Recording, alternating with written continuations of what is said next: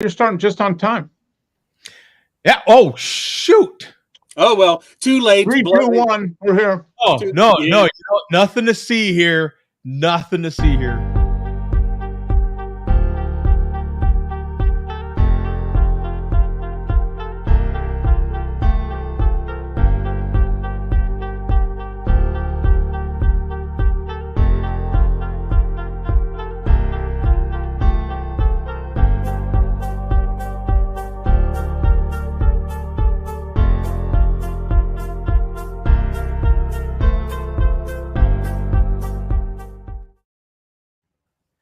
Hi, hey, how y'all are, man? Today's Saturday, December 2nd, 2023. This is Share a Beer Show 727. I'm Joe D. We got Mark and we got Bum in the house.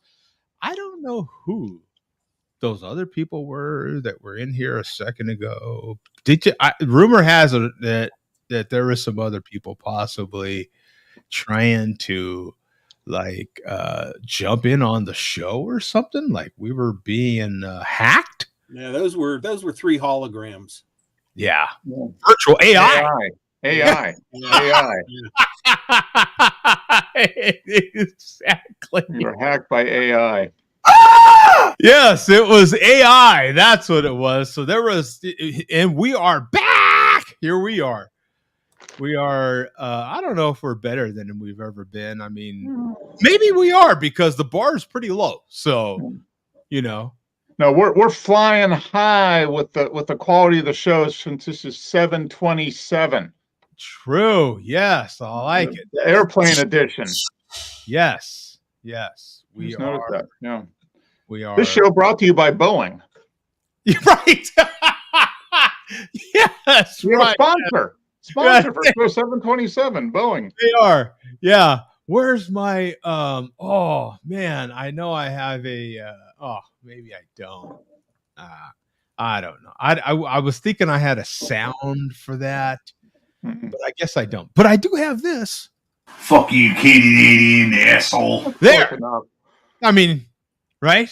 Yeah, perfect, Joe. It's perfect. You'll see later. That's perfect. I knew that would fit in somehow, some way. So we are back. I have got tons to talk about. Mark, do you got tons you want to catch us up on? A little bit, and Bum's got a big event coming up here today. He's got a big. We know that. Oh, here we got Tom in the house now. Let's get an update from Tommy. Tommy boy. Tommy Hi guys. boy. It's Tommy from Boston. Tommy. Right. Hey, how you doing, guys? Hey, Tom. I'm doing good, mate. I'm doing good. Hey, doing great. Yeah, all right. Like it. All right. Yeah. We got Tommy drinking. Oh shoot! What was that special word you guys have for the water fountain? What is it? Oh, a bubbler. Bubbler. Yeah, you're drinking water. You're drinking water from the bubbler. Huh? From the you gotta watch out with those bubblers. Some people put their mouths on those things. Ay. Some people put their mouth a little too close. Yeah. Beware. You should have a beware sign on it. Right. I don't use personally. I just don't use bubblers. Yeah. Same here. Yeah. Beware. Stay away. I mean, it's kind of isn't the bubbler getting like seeing a bubbler anymore is kind of similar to seeing a payphone. Payphone, yeah. They are slowly disappearing. I guess just because of how potentially unsanitary they are. What I do see though in place of the bubbler is like bottle refill stations. Mm-hmm. You know what I'm saying? Yeah, you do see those. Yeah. Like it could be a bubbler, but most people use it just to fill up their water bottle. Yeah. You used to see them at playgrounds a lot, but that's kind of out the door now. Yeah. You really don't see those anymore. Now that you mentioned it, John, I am seeing a lot more of those bottle refill, like at playgrounds or on walking trails and that type of thing. Yeah, the airport or everybody has a water bottle with them almost. Yeah. Even I know, like one of the few times that I have been in a mall, Not necessarily, in my case, not for shopping, literally for business, because I'll deliver to a mall in the past. So when I'm thinking about walking through the mall, I've seen them, even outdoor malls. You know what I'm saying? Shopping centers, certain, like if you're taking your kids to a, I don't know, playground, one of those indoor like playgrounds or something, they'll have those refill stations. Speaking of bottle refills, I got a bottle here I'm going to crack open. I've got some stuff from right over here, right over my shoulder here, that I picked up last Friday. And this is the standard. Nice. Yes. The base chassis. It's the chassis beer. The chassis beer. The chassis Yeah. beer. So, this one's 14.6%. I don't think I need to go too far into it. I think people know by now what the hell Bourbon County Stout is. I'm going with the same Joe, but the 2022. Oh, are you really? Okay. Yeah. Correct. I had a couple left. And okay, so in that is the 12-ounce bottle, correct? Yeah, coming in at 14.3, so a little less the ABV. Okay. It's usually in the 14 area. They try to keep it at, I think. But that's the reason for the different label and the different size bottle. It's a different that came in a 6-pack, no? Or was it a 4-pack? It was a 4-pack, but this was the first 4. They used to do it in 4-packs all the time. That used to be what they did before the 16.9s. But then I guess when AB InBev bought out, then they started the 16.9s to kind of maximize their profit. A time ago, you're going back in the weeds now. At this point, yeah, that's like 2015 probably. Yeah, that's like got to be 10 years now. Yeah, right. They may have kept it. They may have kept it for a couple of years and then realized they could make more money doing it in a one bottle. I'm trying to think if that happened prior to me moving to Arizona or not. I actually missed that. That used to be nice. What's that? The 4-packs. Oh, because the 4-packs were like, I think the 4-packs were like $30, something like that. $35. Okay. You're funny, Mom. Well, these are. I think I gave $15, $14.99. That's about right. So let me crack this open and we can kind of compare notes here, Tom. I actually have some of the 22 available. Well, I at this point far too many Goose Islands in the darn house. I swear. But they do last a long time, which is a good thing. Oh yeah. You can crack those things 10 years later. Yeah, no, absolutely. And that, you know what? And that again speaks to the quality of Bourbon County. Like the, there we are. Nice. I have to, of course, get a photo of this one before I do anything else because my first one for this year. Now, how long has yours been out of the fridge for? Because mine's been out for about 25, 30 minutes. Mine hasn't been out that long, maybe 10, 15 minutes, but I didn't have it in the fridge long in the first place. It was probably only in the fridge tops maybe 40 minutes, so it wasn't just enough to kind of just barely kiss it with some chill. Oh wow, okay, man. Getting that nice, the alcohol hits you a little bit. I have to admit, there is that slightest booziness, but then you get nice dark fruit, right? Mm-hmm. Chocolate. Oh, it's almost like soy saucy a little bit, like an umami. Like you kind of get that. Yeah. Getting like an umami and. Yo mama? Yo mama? Yo mommy? Yeah. A little bit of yo mama. You mommy. Yeah. Mommy. Not my mommy. Yo mommy. Mommy. Not my mommy. You mommy. You mommy. You mommy. Idaho. Yeah, I'm going in for a sip. There you go. Oh my God. Yeah. Mm. Mm. And I've got this in a Noda Brewing Company glass here. Love this glass. It's the only nice one glass.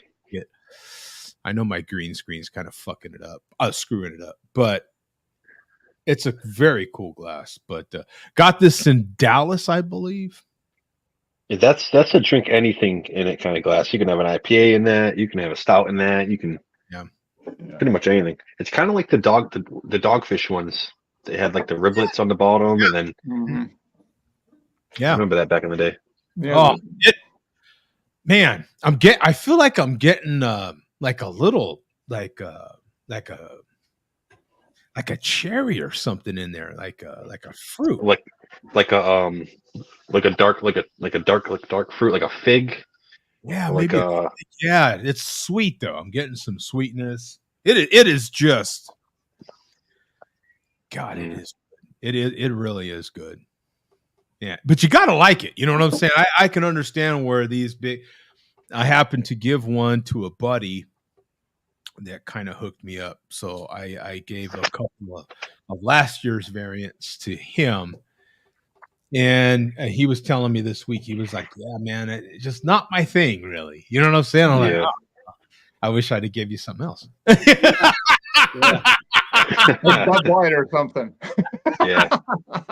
Couple Colt 45s. Exactly. Yeah. How about some Miller Lite next time? You know what I'm saying? Yeah. Freaking buzz. Well, I think a lot of, I mean, they are super flavorful, but sometimes it's just too much. It is. And I think part of it is they just think, well, it's a beer.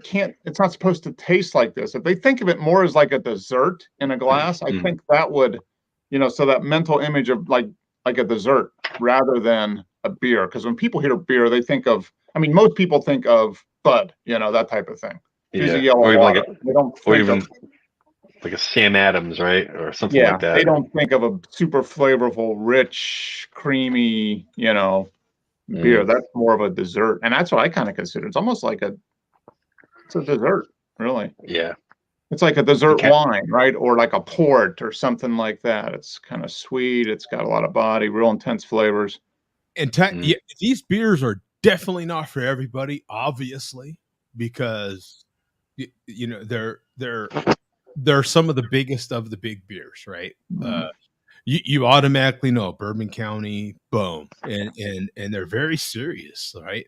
They command a lot of respect. They're even for people that like bourbon, even for people that like particular big wines and all these sorts of other adult beverages, they're in a class of its own. Not even some of your hardcore craft beer drinkers don't necessarily go for this style.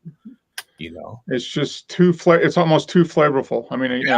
And the flavors are strong. And if you don't like that chocolate or whatever it is, big dark fruit.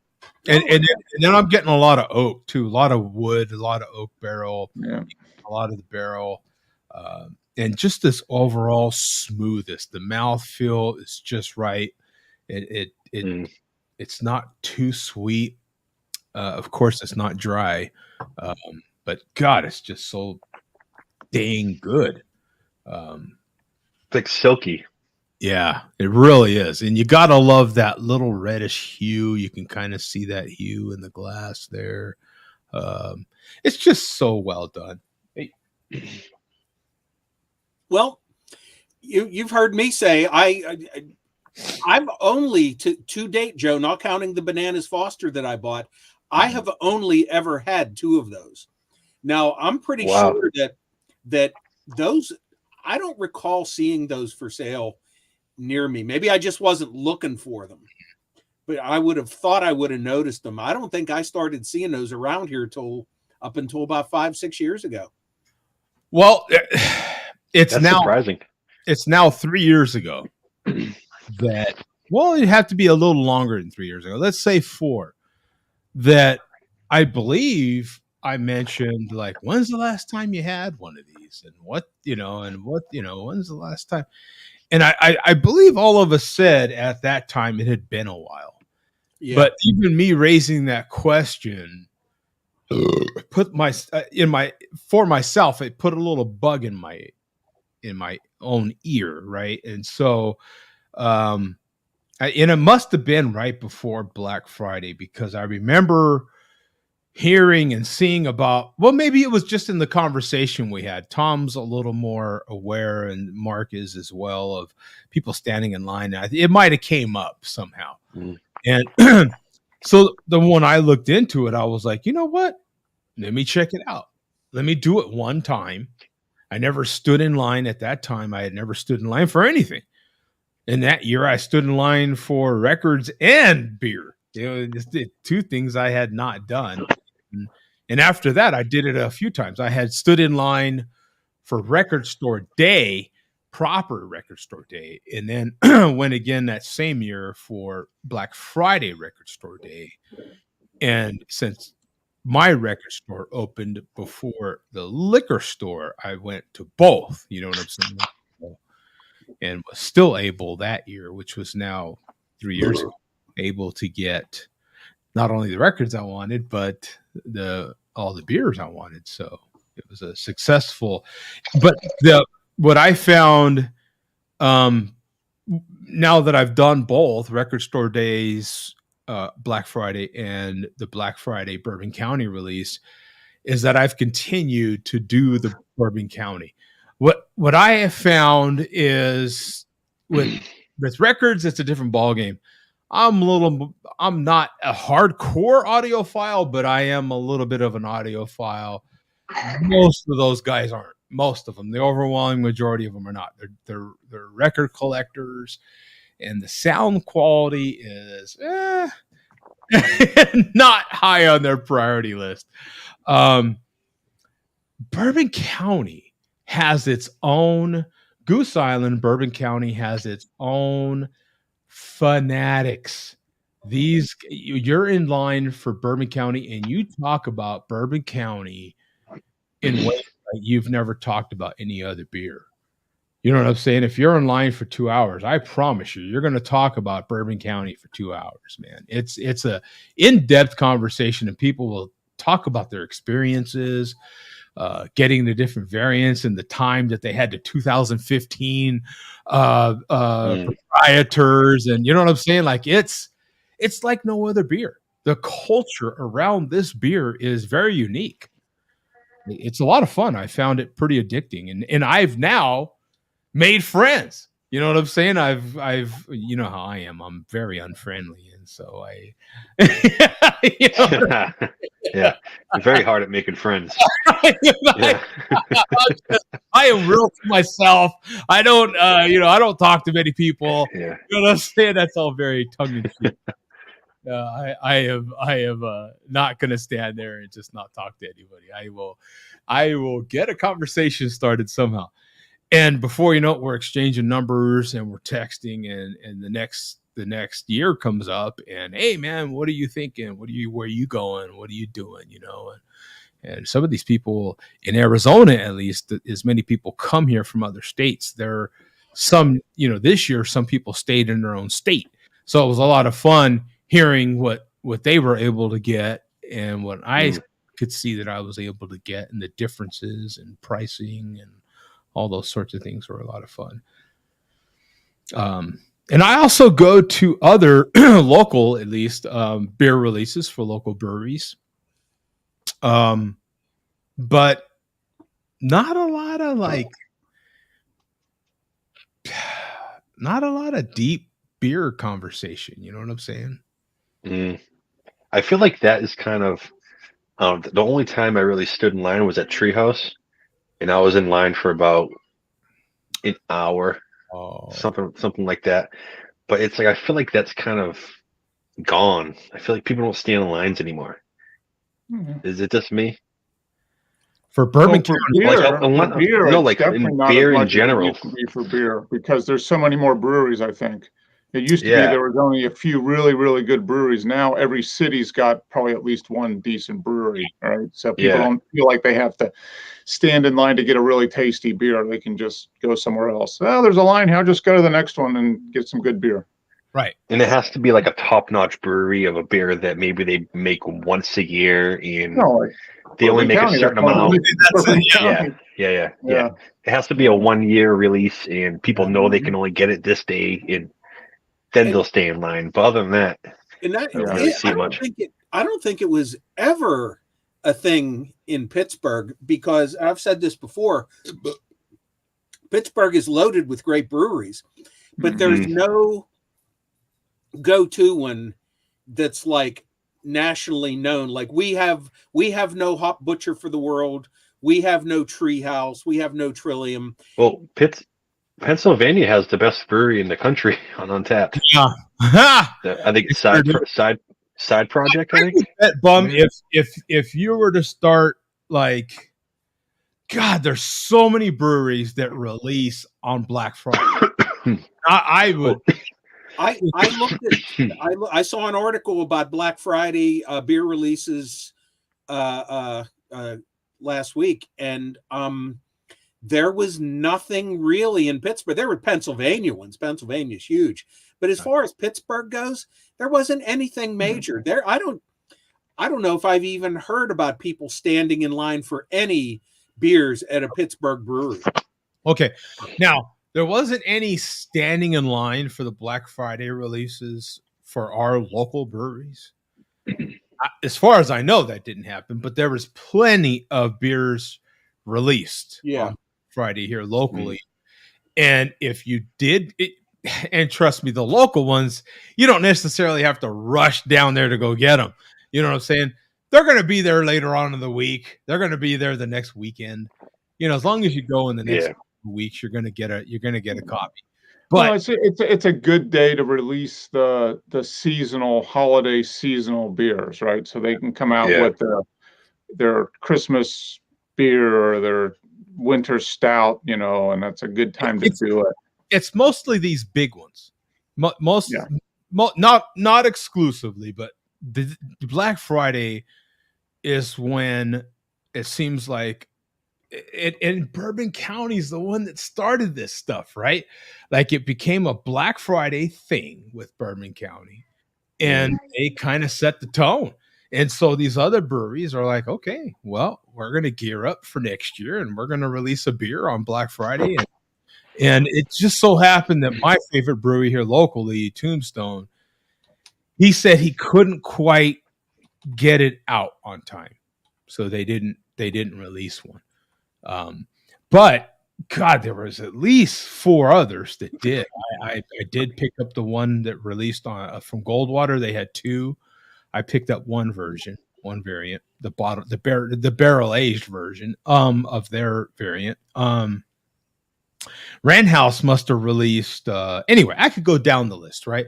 But there was many of them that released. They released these big bourbon barrel variants of stuff, right? It's a great day to release it too, because they know they're spending the money on the barrels and all this stuff, and then they know Black Friday people are willing to spend money. They're going to be out anyways, and they're willing to spend money on Black Friday. So it kind of makes it a little more. It's like Mark said, it's the perfect time to release the beer.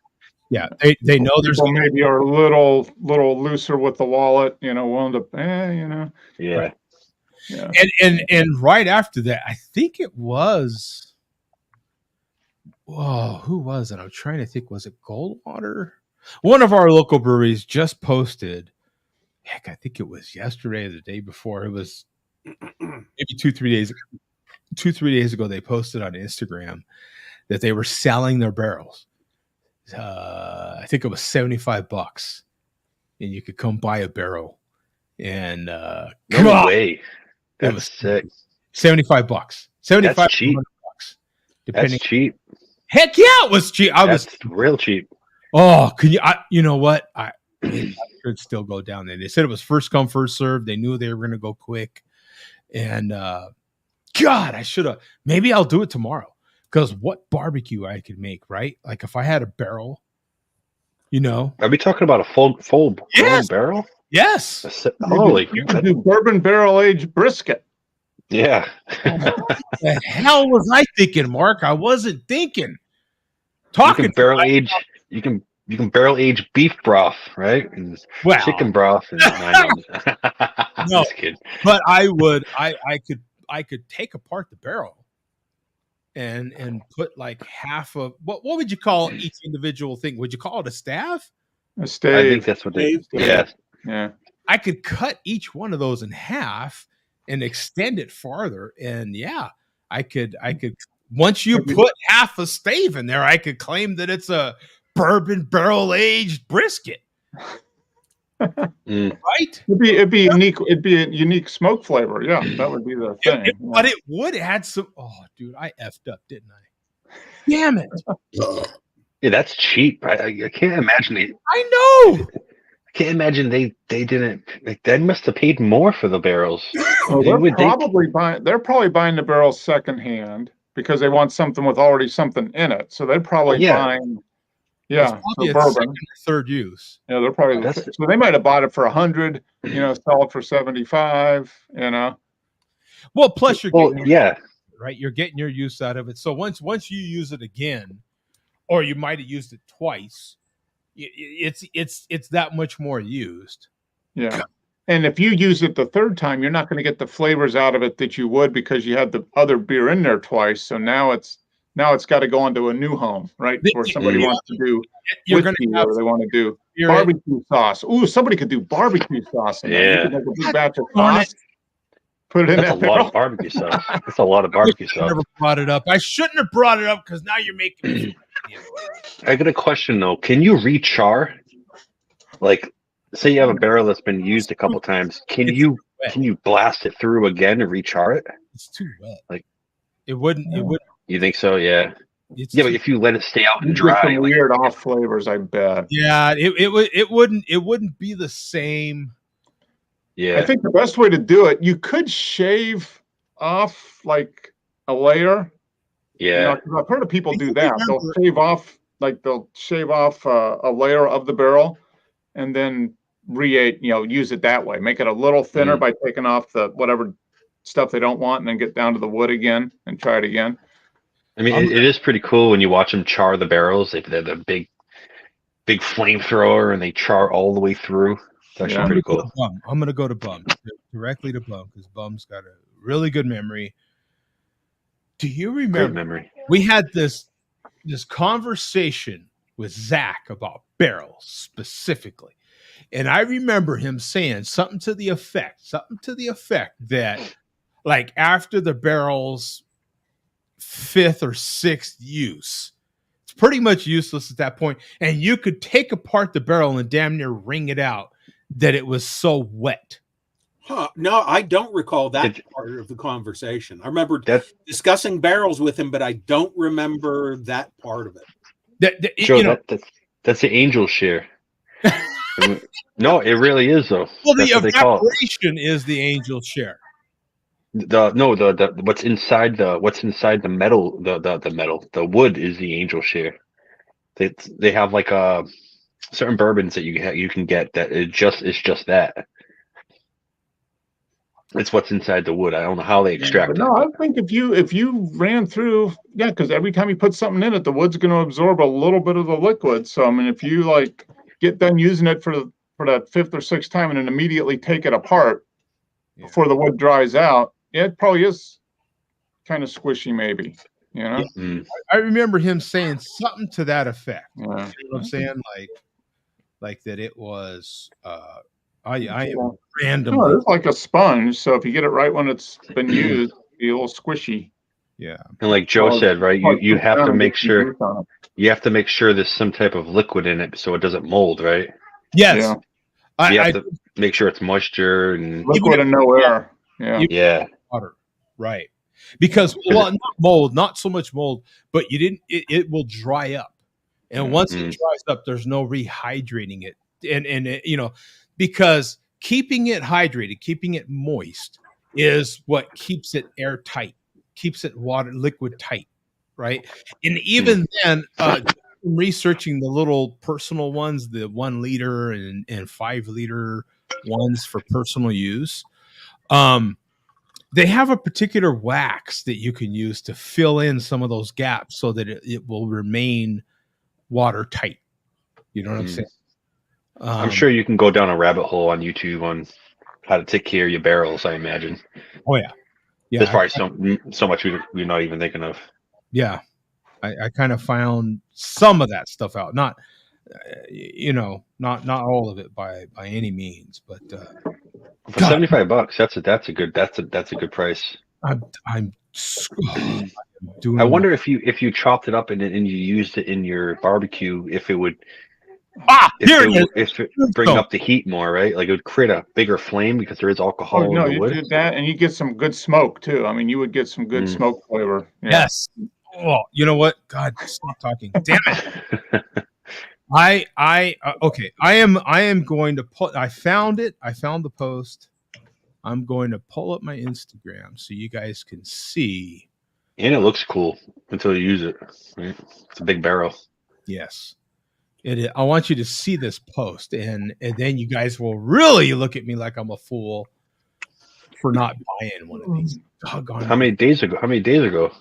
It was 2 days ago. I might have a shot if I go tomorrow.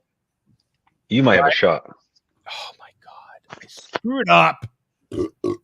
Oh, man. Okay, hold on a second. Let me see if I can find her. And it's my favorite brewery. And I was there. And I'm going to be pissed at John. I know the general manager. And I'm going to tell him. You didn't tell him you wanted a barrel. That's not his fault. Yeah. I'm going to tell him, you know what, man? This is BS, bro. Here it is. Yeah. Here we go. Tombstone. Do they tell you what they use in it? These barrels? Look at this. Where's the doggone? How come it's not showing me the rest of the post here? What's up? What's going on here? I don't know. We can't see anything either. So. Oh, duh. Yeah, sorry. Oh my God. I was getting too excited. Oh my God. Here's the. Nice. You can see the barrels, but how come it's not? Where's the? Okay, let me try it on another browser. Maybe that's my issue. And those are the ones, sir? Yeah, those are full-blown barrels. Yeah. Yeah. Now now that I'm talking it out with you, I'm hearing myself, and I'm hearing you guys as well, confirming my stupidity. Why didn't I head down there today? And even if you don't use it, just fill it with water, and when you use it. Thanks for continuing to speak words out of your mouth, Tom. I really appreciate it. You bastard. I'm just trying to reiterate the $75 is a really good deal. You get a bunch of jalapenos, put it in there and age them. Make your own hot sauce right in that barrel. All the various things that I could do. All the reasons why I'm an idiot. Yes. Oh my God. But a lot of people probably saw that and they were probably like, I don't want a barrel. And some people were like, ding, I want a barrel. Like, you know what I mean? Some people think in different ways. Yeah. I obviously was not thinking the right way. Hold on. I am pulling up another browser as we speak. Thanks, Tom, for continuing to talking. I'm sorry. They probably still have some. People aren't going there like crazy buying barrels. Well, as many people. Hopefully not. Right. Now I am like, God bless it. I need to get down there and get a barrel. Right. And you'll get the last barrel. That's your luck. You'll get the last barrel. But I'd rather have the last one than none. Right. Mm-hmm. No, that's what I mean. Like the Bourbon County that one year, you get the last one. Yeah. I mean, the last one's the best one. The last one's the best one. True that. Yeah. Let me see. God, why is this taking forever? Why is this thing is creeping along here? Oh my God. Anyway. Can I share my next beverage? Yeah. I know I'm talking away like a maniac. No, go ahead. It's called Sweet Shop. It's an imperial pastry style with peanut butter, marshmallow, banana, and vanilla. Oh, you bastard. Little Willow from Tom, no matter, you know what? I need to rename the show title. Just call Oxford, it Connecticut. Tom's Tom's a bastard. You little bastard. And it's just, it's pretty cool. Not too shabby. I did a nice cuvee with it earlier. It didn't come out very nice. It kind of overpowered the Bourbon County. I don't know why my dog. It is still trying to load. I don't know what in the hell is going on with my Safari. What got you bum? Was it the peanut butter? Just the entire name of it. Oh, Sweet Shop, yeah. Speaking of bum, are you ready for your big beer? You got one? Oh my check-in. I broke it open and I'm actually in the process of finishing it.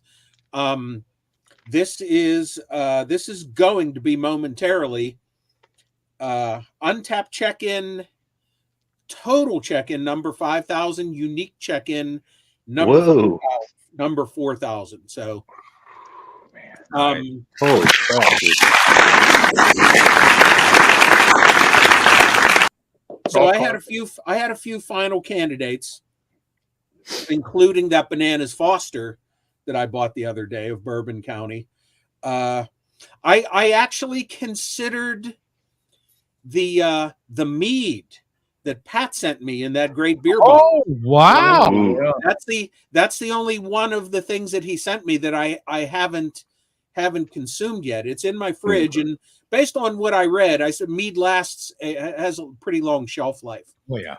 I thought about doing that one, but I ultimately decided on this beer that Cody Jinks Hat Guy sent me, believe it or not.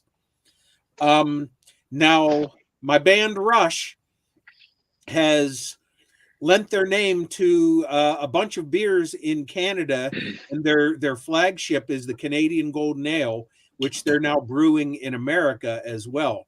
And if you go to my Untapped, I just checked in everyone that I have or everyone that I've tried. So in Canada, they have put out a handful of special edition Rush brand beer. So I, for check-in number 4,000/5,000, am having a Rush Moving Pictures, as in PITCHERS, Belgian style golden ale. The neat thing about this is the artwork on the label was painted by Hugh Syme, who did virtually every Rush album cover, and he did an original artwork for it looks oh, that's cool. In the style, you can tell.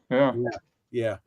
So this is a 11.9% Belgian style golden ale. Compared to that, see, Bum? Yeah, it's similar. Yes, there's moving pictures. I did the bum there. I just reached behind me and pulled out a Rush album. You did. Yes. Mark, that's impressive. He did. All right. A little round of applause for Mark. Very good, Mark. Very good. I got 6 of them back here. Yeah. Now, you don't need to rush to get them. Any Rush stuff that appears tonight here, I pre-planned it. But Mark's pulling these out of his ass. It's just a fly-by-night thing that I do. Yes. All right. Mark's got it. Well, Mark, if you look at, I think I showed you guys on Marco Polo when I bought that box set of the 4 Canadian beers. It's the main design can, then the other 3 are based on the artwork for the first 3 Rush albums, including what you just showed there, Fly By Night. So I am in the process of doing my check-in for this beer. It was brewed in January of 22. I probably should have consumed it before I did. It's 11.9%, but it's showing its age. It's typical. We all know what the Belgian golden ale looks like. It's a little past its prime, but it's pretty decent. So is it That's in a the style of strong like Belgian a Golden Duvel, Ale. like a Duvel, that type of thing? Yeah, similar. But the ratings on Untapped are all over the map for this. It's crazy. But I'm going to give it a 3.75. And once again, thanks to Cody Jinx Hat Guy for sending me this.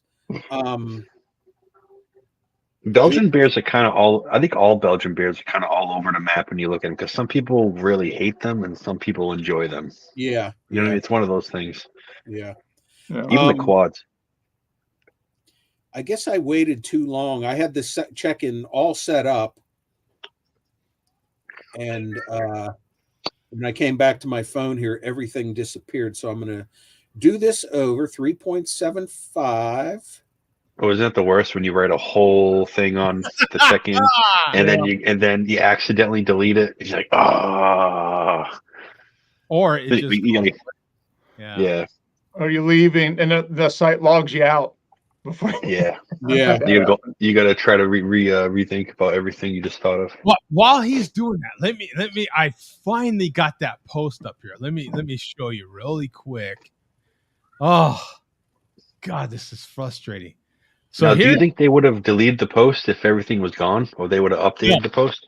No, it gets worse for me here, Tom. Oh, sorry. It does. It gets worse because check this out. They only had 9 barrels. Oh.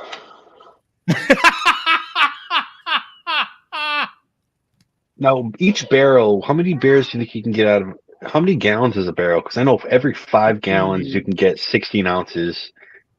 I mean, 60, you can get about 40 beers. Like 50 gallons or something like that. So I know you can get 40 16-ounce beers out of every 5 gallons. So what's that? Here's the post. Here's need to upgrade your decor. We have 9 barrels for sale for a very limited time only. These are perfect for turning into tables, bookshelves, liquor displays. $75 to $100 depending on barrel size. First come, first serve, no holds, in person only. Come get yours before it's gone. I'd call them tomorrow. You never know. You ain't kidding. The real test. How many people commented or liked? Oh, no comments. No comments. That's a good thing. 17 likes. 17 Not that many likes. Yeah. Not many likes. Me. So Joe, you're saying that for anybody to get one of those barrels, they did not have to get a special email with the code? Right. Right to my tombstone? No. The special... You need a stamp on your wrist or something? We'll let people in on the inside joke on that deal here in a minute. But the special email would be subscribe or following them on Instagram, probably, or Facebook to make sure you got that post. God, knowing that there were 9 of them 2 days ago, my chances are slim now, aren't they? I don't know. I think if you call them early in the morning, yeah, I think you got one. Yeah. God, how good. I just need chicken today. Can you imagine some smoked bourbon barrel aged chicken? Dude, chicken's good. If you make chicken nice, if you make it nice and juicy, man, you know what you're doing. Chicken's kind of hard to mess up. No, but some people. Know. All right, I'll shut up. No, you go ahead. No, I had nothing really good to say. Sorry. I'm not. I'll share the screen once again, and I'll let everyone judge right here. Judge away. You let me know what you think of my chicken today. Looks horrible. Looks like crap, Drew. Did a horrible job. Good job. That was my chicken today. I don't know. It turned out on the plate, something like that, and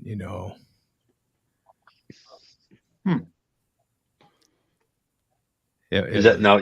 Was that your first time cooking chicken on there? A half chicken. That was my first time. Yeah. But I've spatchcocked chicken plenty of times. You know what I'm saying? I've spatchcocked it. Yeah. Oh, you Big got Yeti. it. Are you is that your first one in a 12-ounce can? Well, this is part of that 12-pack that the boss got when I sent her on a special beer mission to Colorado last month. Oh, wow. Okay. Nice. So have She you went had big. one of these already, boss? Yeah. She's already had one, but she wants part of this one too, I guess. What's the ABV on that? I know the regular is around 8. 13.5. Oh, nice. Normal warm you right Yeti up. 9.5. So this is like think of this, I guess they're like their double Yeti. Mm. I imagine that's better than the regular Yeti. Regular Yeti is sometimes a little. It's just not very filling. For some reason. I imagine that one's going to be nice and delicious. Oh yeah, this is roasty for sure. Never seen that one actually. Yeah. It looks like the regular Yeti. You can't tell the difference. Looks exactly the same as all these other big beers. Oh, you're mute, Joe. Yeah, Joe, you're mute.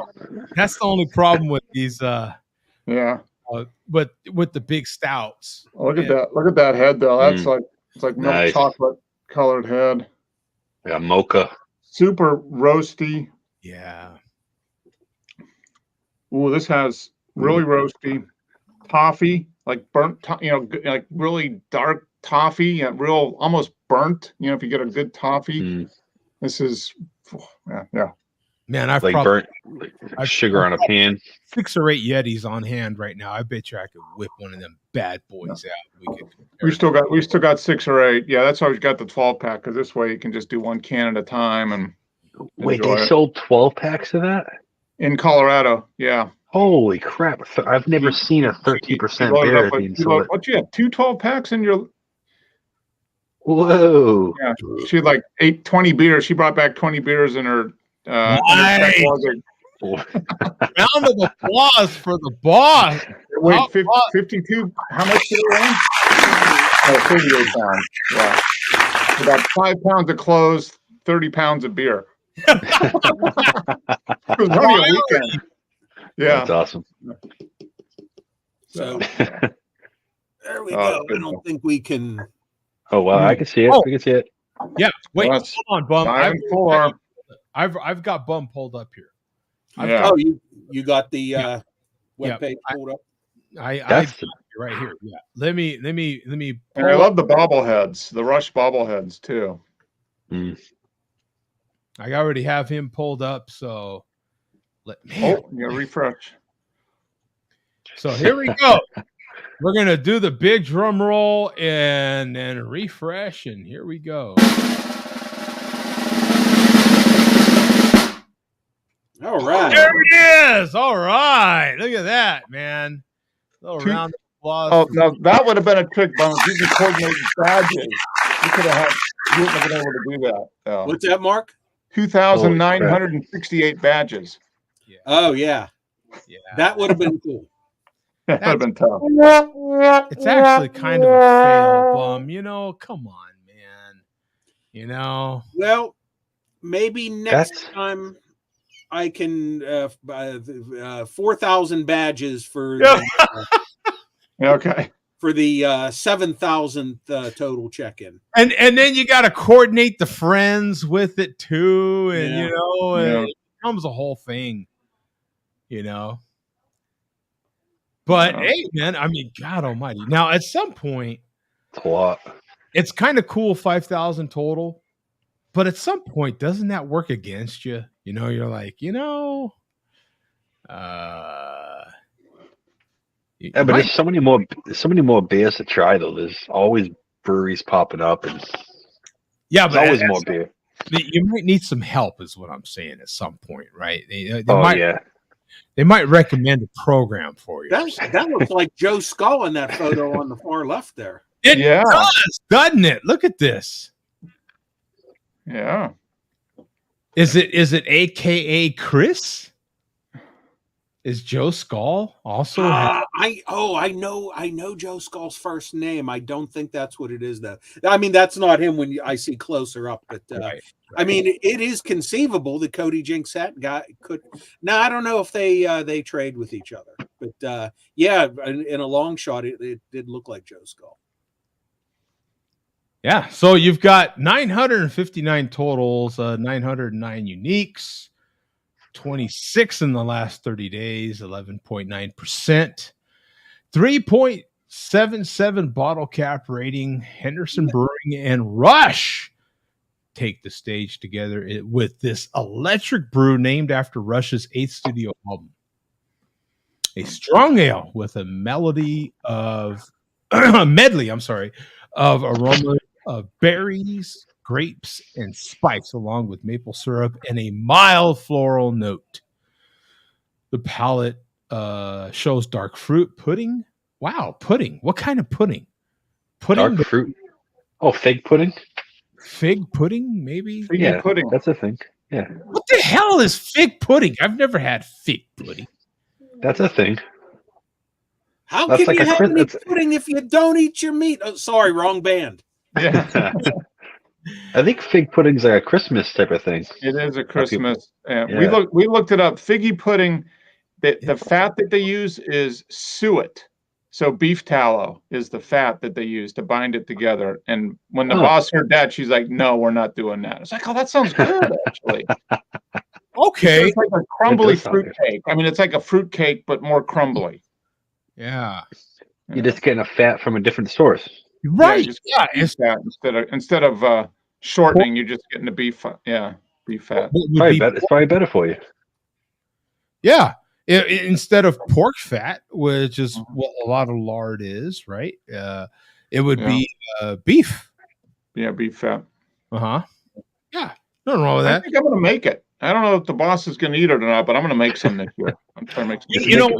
Make it look so good that she wants to have it, right? Yeah. Now, in my neck of the woods, right? And by my neck of the woods, I mean someone that barbecues. We do a lot of things with tallow, including beef tallow, including making cookies. Oh yeah, make cookies with beef tallow instead of. That was what McDonald's used to use for their fries was beef tallow. Yeah, I mean it's fries were originally cooked in beef tallow. Yeah, it's so much better. I will save my pork tallow, my pork fat. Especially that fat, that internal fat. Mark knows the difference. That deco fat, that pork fat is precious. It's like gold, Jerry. That fat melts in your hand. It's so tender. It's so. What do you call that? When fat renders that quickly, is it resolved? It's like unsaturated. Saturated fat is solid at room temperature. Yeah. Unsaturated generally is more liquidy. Yeah, softer. It's like coconut oil. Yeah, like coconut oil. Like it renders in your hand. It doesn't take much heat at all. Like Wagyu. And man, you can use that stuff for all sorts of junk. People make soap out of it. People, I was just thinking beef tallow. People make sunscreen out of that stuff. Yes, lotion. It's actually supposed to be excellent for you on your skin. Yeah. People season anything that anywhere that you would use any other sort of oil, coconut or any sort of vegetable oil or any sort of olive oil, anywhere that you would use that. You could definitely use beef tallow. And now, does beef tallow have a high smoke point? I don't think it does. No, it's something you want to keep at. A lot of people use it for. That's why they use it for baking, right? Yeah. Right. You know what's interesting though? A lot of people, and of course, this has to. A lot of people will use it to season their grills, their smokers, but you need to keep the smoker at a lower temp when seasoned. Probably below 400 or so. Yeah. So you'll oxidize if you go too high, so it'll kind of ruin it. Yeah. Yeah, like those kind of fats will start to smoke when you get over 400 a lot of times. Or like if you use like avocado oil or coconut oil. Now avocado oil is about the highest smoke point. It's like 580. I mean, it's way up there. Yeah. It's pretty impressive, actually. Yeah, avocado oil. Grapeseed oil is really high too, I think. As far as being food safe, yeah, linseed oil is the oil that's Yeah. That's the one that's way the hell up. As a matter of fact, on smokers, it needs to be applied hot. Mm-hmm. You already need to have metal hot in order to apply linseed oil for it to be effective. Wait, what kind of oil? The only time I ever use linseed oil is on my on my baseball glove. Whoa! We thought you were going to say like use on your baseball your ball area. Which confirms it needs to be hot when applied. Right? Smoking hot. No, it's already hot down there, so you're good to go. Yeah, it's saturated. It gets unsaturated. You can stand the smoke point. Yeah. Okay, Bum. How do you like how far we went into the weeds on pudding? Literal pudding. That's it. That's all it took. Is that where it started? I was going to say, is that how this started? Yeah, it's flavors of pudding. I still have the screen up. In the beer you're drinking, Bum, you're supposed to have flavors of pudding. Bum's the one that started. Oh, yeah. Yeah, it's Bum's fault. Fruity pudding. Bum's fault. Look at in the description here. The palette shows dark fruit pudding. We didn't even get to toffee. We stopped at pudding. And I sure as hell didn't get any pudding or toffee. Well, that's the point, right? We were like, what is pudding? I started immediately going, what the hell does pudding mean? Does it mean vanilla pudding, chocolate pudding? And Tom said fig pudding. Maybe in Canada it means something else. Mm-hmm. It could mean a lot of things, right? Pudding, there's bread pudding, there's they drink their milk out of cartons, out of like boxes. So who knows what they're doing out there? Britain, don't they have their own kind of like dark pudding or something over there in Great Britain? Don't they have kind of funky? Yeah, they do that stuff out there, right? Don't they do something very unique out there as well? Well, they should have been a little more descriptive of pudding. Can I correct myself? They don't drink this. They don't drink their milk out of boxes. They drink their milk out of bags. You ever seen that? Oh yeah. They have their little they have their little plastic thing, and they put it in. They cut the tip. They do that in Europe a lot too. No, they in Mexico. Oh, really? Yes. Oh, yes. Well, that way by doing that, it's shelf stable. You don't need to refrigerate it. There you go, Mark. I was just going there. Yeah. Is that why? Yep, that's why. Because they don't have the space for refrigerators or the to have everything refrigerated all the time. Pasteurization, right? It has something to do with pasteurization or something. Yeah. Mark, if you ever drink that milk, a lot of times it tastes almost slightly burned a little bit because it's got that little bit of that caramel type of flavor to the milk a lot of times. Okay, I just got farm fresh eggs, literally the best 8-9 days ago, and I didn't have to refrigerate them because they weren't washed. Mm-hmm. Oh yeah, right. If they're not pasteurized or washed, they can last. Yeah, they can let them stay out. Fantastic. Even like regular eggs. Like I mean, I wouldn't be scared to let regular eggs stay out for a couple of weeks. It's not that big of a deal, to be honest. But ones that aren't washed, definitely. Yeah, you can just set them on your counter in a bowl and use them whenever.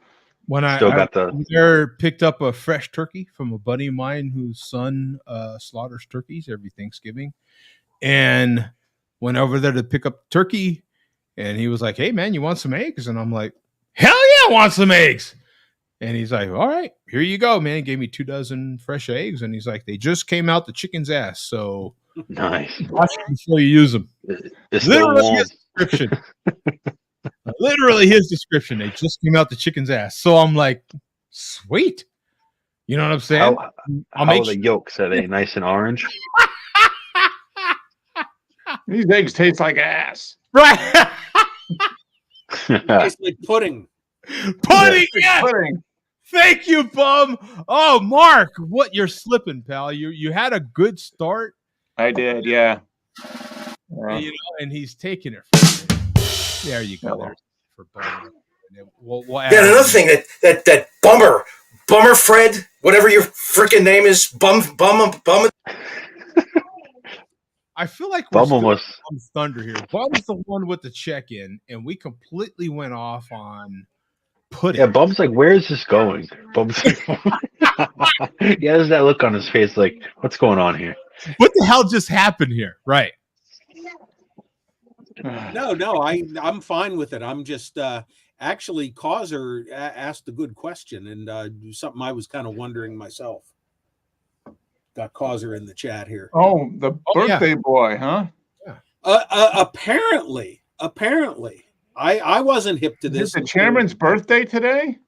Allegedly. Oh, really? I don't know how these guys know this. They got some info that I don't. Fear posted a video a little bit ago mentioning it, and now Causer. So how old is the chairman supposedly on his birthday? According, I don't know. There's some discrepancy here. I thought the chairman said he was going to be 46 or like he was born in 77 or something.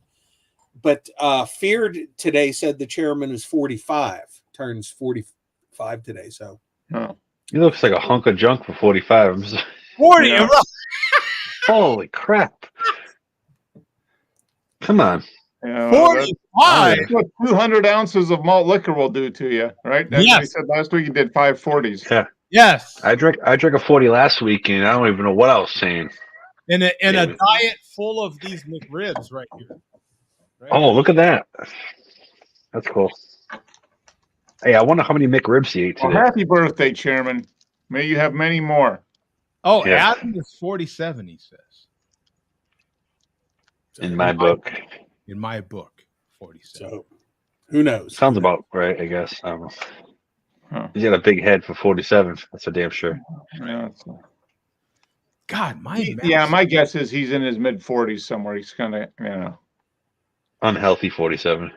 Yeah, add 20 for the health. 67, but yeah. Yeah. Hey, best shape of his life, Doug. Best shape of his life, yeah, that's right. I've been at least he has a real neck, not some pencil, right? Yeah. You know what? I have to admit, going into last McRib season, he was in some decent shape. He made a point of it though last year.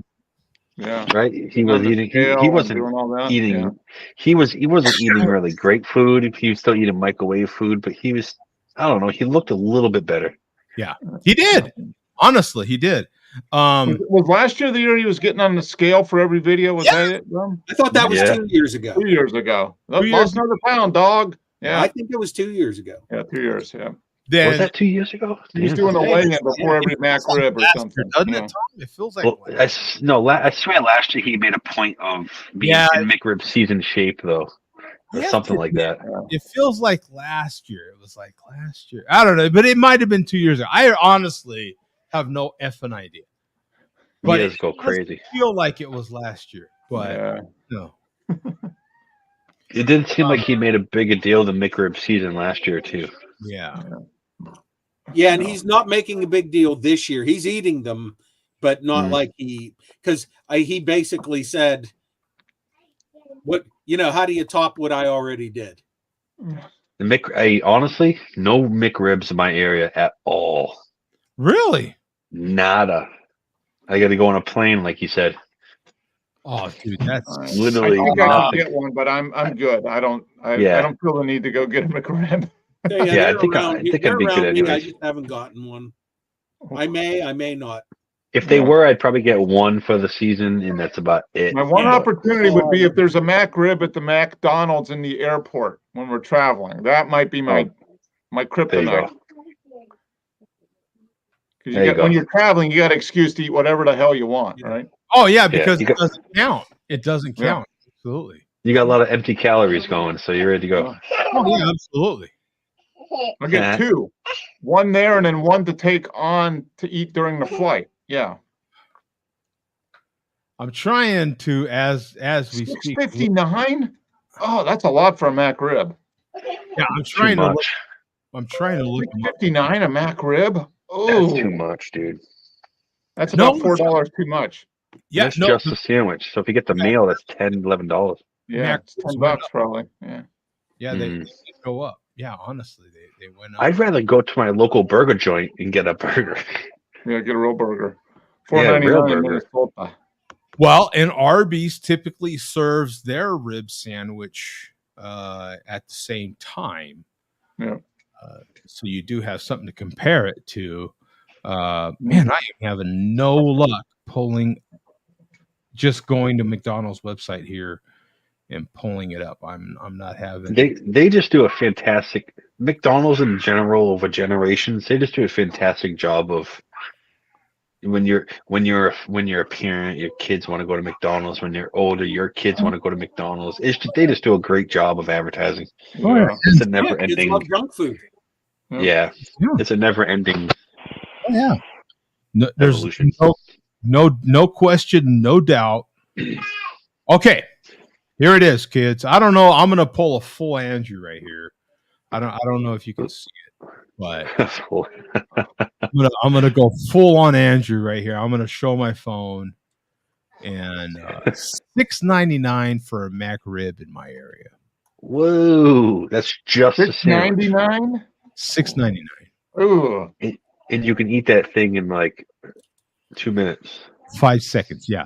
Yeah. Now I will, as promised, I will get a Mac. I'll get 2 of them, and I will get one completely naked, and then smoke it on the smoker as I promised, and see what happens. That'll be worth it. And then you Experimentation. put your clothes on after that. I'll hang it right.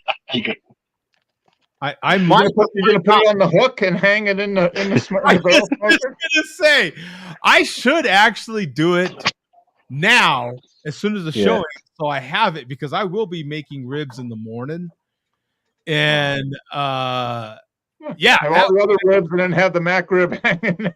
yes, then I can Yeah. have the Mac rib patty hanging next to it, and everyone will see how superior it is to an actual full rack of spare ribs.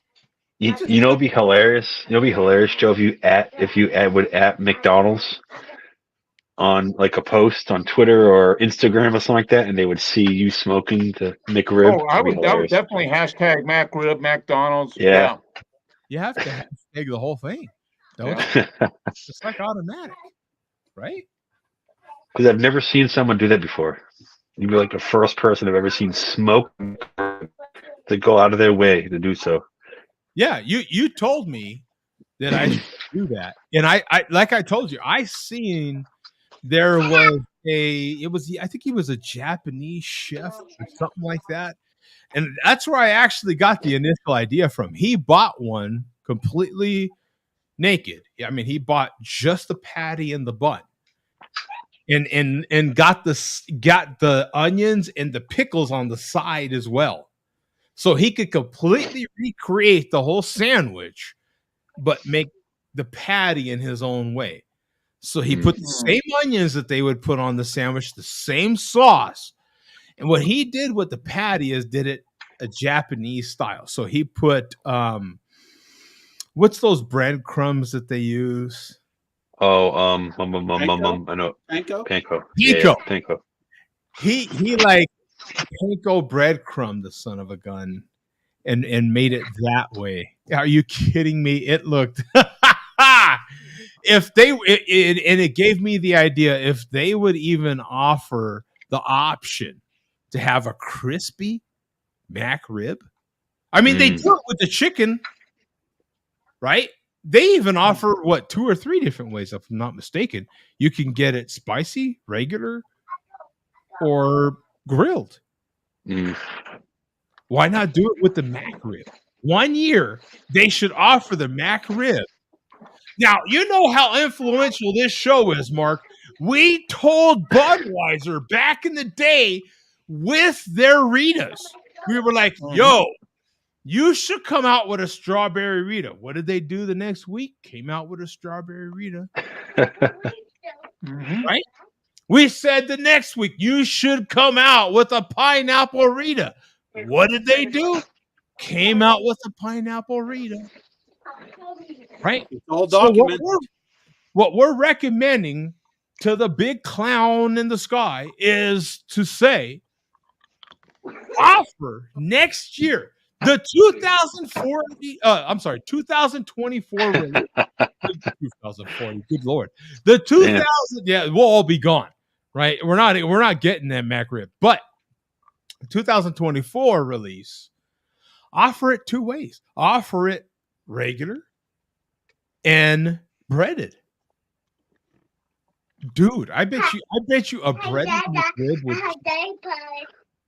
It's already the Mac rib. If you look at the numbers, the Mac rib is their number one selling sandwich. When it's out, it sells more than anything else. That's why they continue to bring it back. It outsells everything. Coach, are you getting a Mac rib? Oh, you out here, Tom? You out here? No, I'm saying hi to Coach. Oh, yeah, that's how we say hi. Yeah, I see. Is it? And then we tickle each other. Yeah. Oh, yeah. Coach is hanging in one of them wicker sex chairs. Isn't that what when they hang and they I swing? think Coach is in a sex factory. Honestly, Sex factory. he's on a sex vacation. He's on a sexcation. That's what he's doing. Are you jealous, Joe? A little bit. That's why your glasses are all full of glitter, my friend. Yeah, fantastic. I know where you've been spending your money. Yeah, please. I'm just relaxing. Just relaxing at the Airbnb, man. Nice. Yeah. No complaints out of this guy. So we saw you were on a shopping trip a little while ago, and what did you end up picking up at your little special shopping trip? It was you're probably familiar with this, the 99 Ranch Market. It's an Asian grocery store. Yeah. So the guys we're working with are from across the pond, and that's where they like to go to get their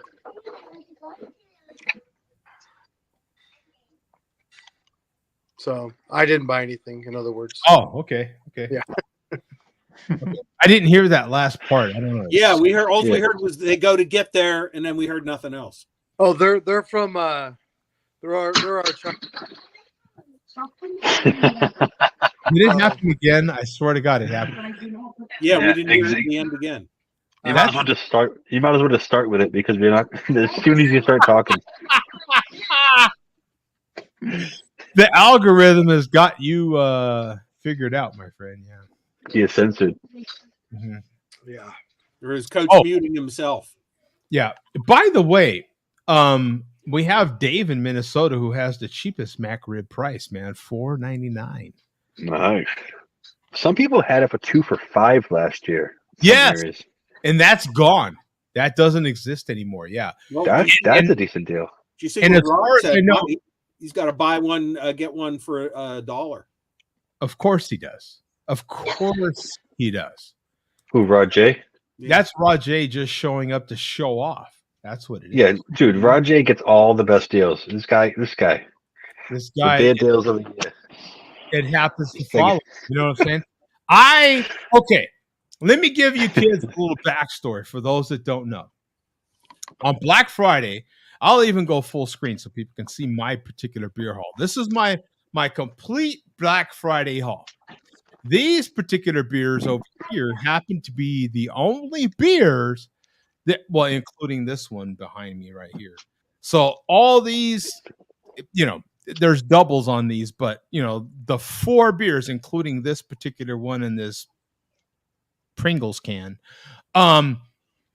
those beers are the ones that I was able to get from Bourbon County, right? Goose Island, Bourbon County, right? Now, I saw the one other beer that was offered in my area.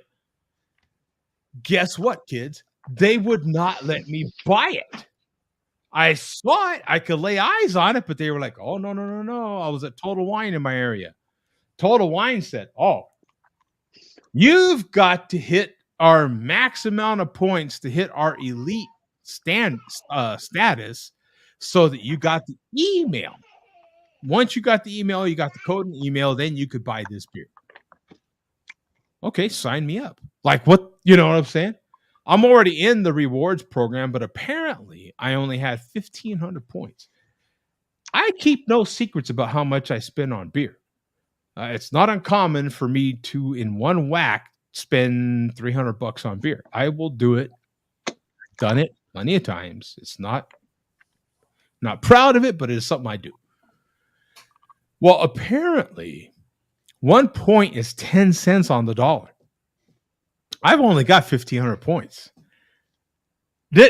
You've got to have 25,000 effing points to get this email, to get the right, to get the code to buy this damn beer.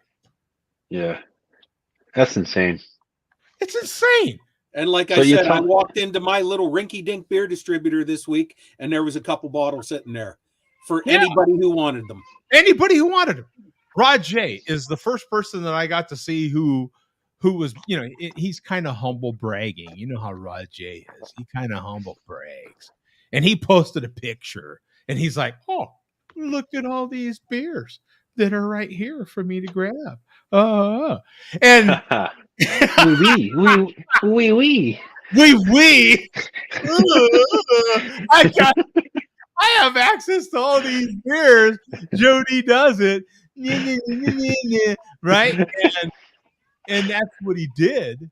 And good for him, man. You know what? It was him. Bum was able to walk into a beer store, and it was just sitting on a table. He could have picked one up or not, and he chose not to. But it was ridiculous. I seen they had 5 cases of this beer.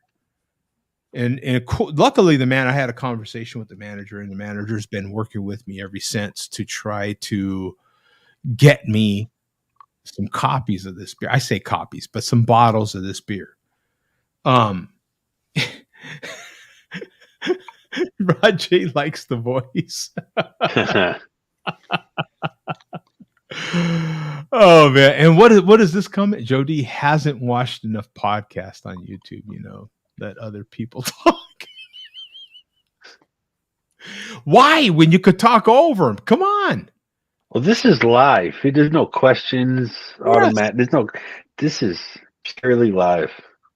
Why let people talk when you can step all over them? They're, come on. Exactly. Get with it. It's 2023, for Christ's sake. We're going into 2024. Joe has his boots on and everything, all tied up and everything. He's ready to stop. Man, yeah, exactly. Cody says, Joe D always yapping. That's right. Hey, look, I got a reputation to uphold. If I didn't yap my yap, right, there wouldn't be nothing for him to say. Cody Jinks is just tuned in now, but there was you go, untapped check-in number 4,000/5,000 tonight. Thank you, sir, for sending me this. Codzer says Bevmo, they have thousands of beers. I literally went to Bevmo first, my friend. Bevmo didn't have Angel's Envy. All right. Bevmo was really cool. Bevmo at least let you have one of whatever they had. I was able to talk the manager at Bevmo into letting me have 2 of the other beers, not the ones that were cast for 2 years. Joe, if you were in my area, you probably would have bought every single Eagle Rare that was on the shelf. They didn't care. They were literally saying no, you can buy anything you want. You could have bought all of them. The Angel then is the one that they're being so ridiculous about in my area. Yeah, literally the only store that I know that had it here, and maybe there's another store. If there is, please let me know. But as far as I know, Angel's Envy. And now the Eagle I already have, as you see, it's in the picture right here above my head. I already have it. the Angels Envy is the one I don't have. It's the one that eludes me. It's the it's my Moby Dick.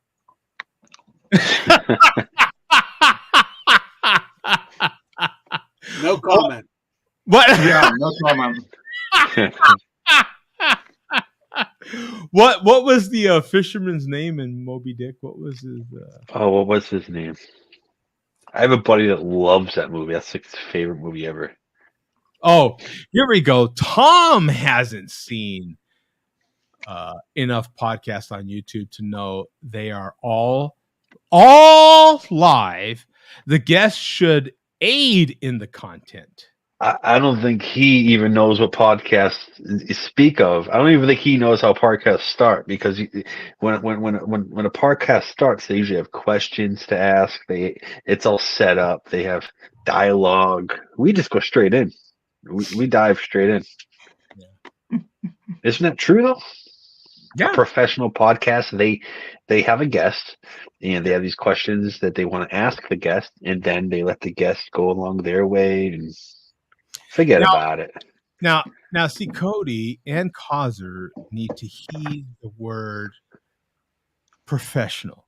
Now, we are anything but here, right? Mark, we're like, For what? For what? No. For what? No. What? Anybody that accuses us of being a professional anything gets booed. Come on, this is show 727. If we were professional, we would have figured it out about 7. Would have figured out 20 shows in. Yeah. Never accuse this show of being professional anything. That's an insult. That's an insult to our unprofessionalism. We take How dare you call us professional? in our unprofessionalism, right? If there's anything we're actual pros at, it's being unprofessional. That's right. That's right. Unprofessional pros. Unprofessional pros. Now, Professional unprofessionals. Rod J says we were unlimited here, except for the Eagles and the Angels. That was exactly it here. Well, if I'd have went to my normal beer store up north in Phoenix, where I normally do stand in line, they had no limits over there. But they didn't have the Eagle. So I decided, since they didn't have limits, they didn't have they didn't have the Angels Envy. So I thought, okay, well, since there's no limits, that's my big hint that I could probably get what I need at all the other stores here in town anyway. So let me just head closer to me and check that, and then I happened to run into Angels Envy, and I'm like, holy crap, Total Wine hat, because I stopped at Bevmo. Bevmo was my first stop. They gave me one copy of the Eagle Rare. Eagle, right? Okay, I of course did my whole come on man thing and talking to the guy, and he was like, no, I'm sorry, bro, you're one of the first ones. I can only let you have one. We got to try to, make them last. Okay, fine. Right. Come on, man. I got kids at home. I need them, right? Right, exactly, baby. The whole 9, right? My kids are depending on me, man. Come on, bro. But he did let me have 2 copies. So I did get 2 of the other stuff. Oh, nice. So I said, Total Wine is literally around the corner from that particular Beverage. So I'm like, let me just go to Total Wine, see what they got. Maybe I can get another Eagle, right? Because in my mind, I already knew that Angels wasn't available in my area, right? That's what I'm thinking. I get down there and I'm like, holy crap, what is that? They're like, oh, that's Angels Envy. You got it? They're like, yeah, we're literally the only store that has it. What? I'll take 2. He's like, no, you can't have it. I can't. What? Why? Because you didn't get the email. Well, goddamn, I got my phone right here. Let's do this. Give me the email. What, He's like, no. You have to be an elite member and all this stuff. Well, goddamn, what do I got to do that, bro? Give me your. I'm telling him that, I'm talking to the manager. I'm like, give me your code, bro. Let's talk. How much for your email? Right? It's only, it's a transaction. We're talking business, man. Sell me your email. He's like, dude, I don't even get one. Bro, what? He's like, Joe was ready to throw a mask on, go around the corner, throw a mask on, and run in there and grab a couple and throw $50 on the table. I'm looking at the cases of it. So the dude was super cool. And he's like, yo, call me Monday, right? I'm pretty sure they have till Monday. Did the whole thing. Called, or was it Friday? Call me Friday. You know what I'm saying? Called them Friday. I'm pretty sure they have until Friday to get it. All right. Called the guy 10, 11 o'clock on Friday morning. And he's like, dude, I hate to keep doing this to you, but I swear to God, they have till Sunday. I seen the email. They have till Sunday. There's only like 3 or 4 of these people that got allocations for this beer that bought it. There's still 90 bottles here, he said. Wow. 90. He's like, I wish I could sell you some, but they won't let me. Total Wine in Arizona, F this the hell up. You should have done that. Those are the words. Yeah. Yes. Come on, guy. I'm from the internet. I'm from the internet. Come on, bro. Right? And Bum is a good point, though. It's like most of the people that are probably getting those points are people that buy in bourbons and tequilas and like high spirits. Yeah. Those aren't beer purchases that are eligible. Yeah, exactly. And it's like they're just getting the email and like, oh, you have eligibility to buy this. If you'd like to come in at this point in time, buy it, you can buy it. And it's like, okay. Yeah. I love Kazer's last comment. Kazer says Joe D was going to walk out and come back in and say his name. Joe E. I'm not the same guy. Give me all your beer, guy. Give me all your beer. No one gets hurt. I still remember watching one of Greg's reviews of something that was limited to 1 bottle per customer, and I can't remember what it was. And he said he got into it with the guy there. He wanted to buy 2 of them, and he said to the guy, come on, man, I'm a beer reviewer on YouTube. As if that means anything. Right. They don't give a crap. You know what? I'm good with them limiting to 1 because and the manager even admitted to me Friday on the phone. He was like, you know what, man? Honestly, if we'd have just limited everybody to 1 or 2, they'd have been gone. You know what I'm saying? Because the people that wanted the beer would have bought it. He goes, how much money in product is that? I'm sorry? That's how much money in product is that? That's about, say they got 100 of them, $40 a pop. What is that? What's the math on it? Is that $4,000? Yeah. So what the fuck are they doing? I mean, you're in business. Yeah. You know what I'm saying? You're trying to sell. You know what's funny about this, Tom? And that's what the manager was kind of expressing to me in this conversation that we had Friday. Was like, I'm trying to sell product, and they won't freaking let me. And now the people that wanted to buy the beer probably won't buy the beer, and it'll sit here because now $40 beer, I gotta sell it for $40 to make our money back. Had I sold it when it was hot, it would have sold out. Guys like you would have came in and bought a bottle or 2, and tell you the truth, had they let me buy 2 bottles in, it'd have been done. Right? I'd have moved on. It would have been no big deal. Right? If they were smart, they would have only notified the people that have 25,000 points that have spent majority of the amount of money on beer. On beer. Maybe 60% of the money and the rest on spirits, and then say, hey, you can buy as many as you want. Right? Yeah. And then whoever else wants to buy it after that point can buy it. Do you want to buy 10 of them? Buy 10 of them because you spent this amount of money, and we'll let you buy as many as you want. The manager, his specialty, this particular manager I'm dealing with, his specialty is spirits and wine. So he never really heard of this beer until this year, right? Until now. He's like the people that got notified. You know, he is kind of being informed by, you know, people like me that want the damn beer. He said there's 3 or 4 of us that have called consistently for it, you know. Yeah. I've even called liquor stores and I've asked them for the Bourbon County Angel Envy. And they're like, oh, do you mean the bourbon? I'm like, no, I mean the Bourbon County Angel Envy 2-year. It's a rendition. It's like it's a different, you know, it's a Bourbon County beer, but it's like a rendition off of it. It's yeah. Most places don't even know. Most places don't even know. Joe's first name is Joe.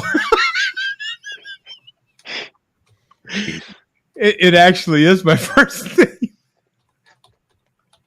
It's not an alias with me. I know some people go by Joe, but it's literally an alias. Not me. It is my name. It's my actual name. There, Joe. I just doxed you. Yes, thank you. Yeah, damn. Actually, I've been doxed. Boom. We had this is doxing me right now. The chairman must be like, motherfucker.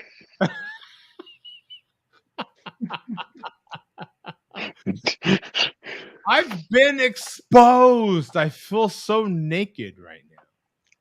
You start covering yourself up, Joe. Watch out. Up and look over your shoulder. And shivering a little bit and crying. Right? I feel like getting in the fetal position and crying. Yeah. No, it honestly is it's frustrating me to, you know. So Monday I'm supposed to call. Monday. He told me to call him as soon as they open. And then he'll let me know. And then I can buy the beer as our dear friend Gary would say, buys the beer. There are a lot of people on Beer Advocate that were trying to trade for the Angel's Envy. That's still like the one beer that most people can't get other than the proprietors. Right. Because the proprietors, that's like a gold mine. You're in Chicago and you can get that ticket, and if you're able to buy the ticket, because there's only a certain amount of allotment for that ticket. Either way, I imagine. Right, there's probably, I don't know how many tickets they sell, but they can only sell a certain amount. Okay, Tom, you proposed this. I don't know about proposed, but you introduced me to the idea that there was particular. Well, I looked up particular events, but I didn't see anything that would give you proprietors. It was all for Angel's Envy. Yeah, it was on the Goose Island website. So, I mean, I have to admit, the idea of getting tickets to one of these events and they're going to give you $150, dude, I'm telling you, that sounds worth it to me. $150, they're giving you 2 bottles of Pro. And then they give you one of 2 other bottles, one of each different variants. So you're plus getting like glass. So, okay, wait a minute. Okay, so for the $150, you're getting one bottle of prop, and essentially 1 bottle of everything. Well, you're getting 2 bottles of props, but you're gonna end up drinking one of them there. I mean, you're gonna have probably there's gonna be enough taps on tap, dude. Yeah. Okay, hold on. Who has had Bourbon County on tap? Oh, 100%. I've had the 2000. I think I said it before. 2015, the coffee one. It was amazing. Mark, have you had it on tap? I've never even seen it offered. I used to my local place before it got bought out by another person. They used to do a Black Friday takeover, and they used to have like 5 different ones on tap. It's real good on tap. I'll tell you that. So there's actually a local place right now that has one on tap. I know. Okay, look, listen. This is how freaking awesome that craft beer store is up north. That's near freaking the What does he call him? What does the chairman call Pat, the redhead, Soulless ginger asshole. soulless ginger ass? Yeah. The beer store that's up there literally has two variants of the standard. I think they have the 17 and the 15 on tap, and you can get crowlers to go. Oh, nice. That's worth it, dude. Again, that's how badass that place is, man. When you go up there and you see how small it is, it blows you away how much stuff they have in there. You're like, this is insane. You shouldn't. A crowler of that must be like $100, huh? No, it's very affordable too. A 32-ounce crowler, I want to believe, is like, I don't know. Oh, some probably dollars. $28. Yeah. Oh, a crowler. I was thinking of a growler. No. A crowler. Yeah. Oh, okay. A 32-ounce can. Yeah. I would just crack that right open right after they poured that. I know, right? It's like basically on tap. Poured it, crack it, boom, right there, right in the parking lot. I'll enjoy it right there. I don't give a crap. I'll have a good old time. Since you're the only one here that has had it on tap, how different is that beer on tap? It's definitely a little creamier.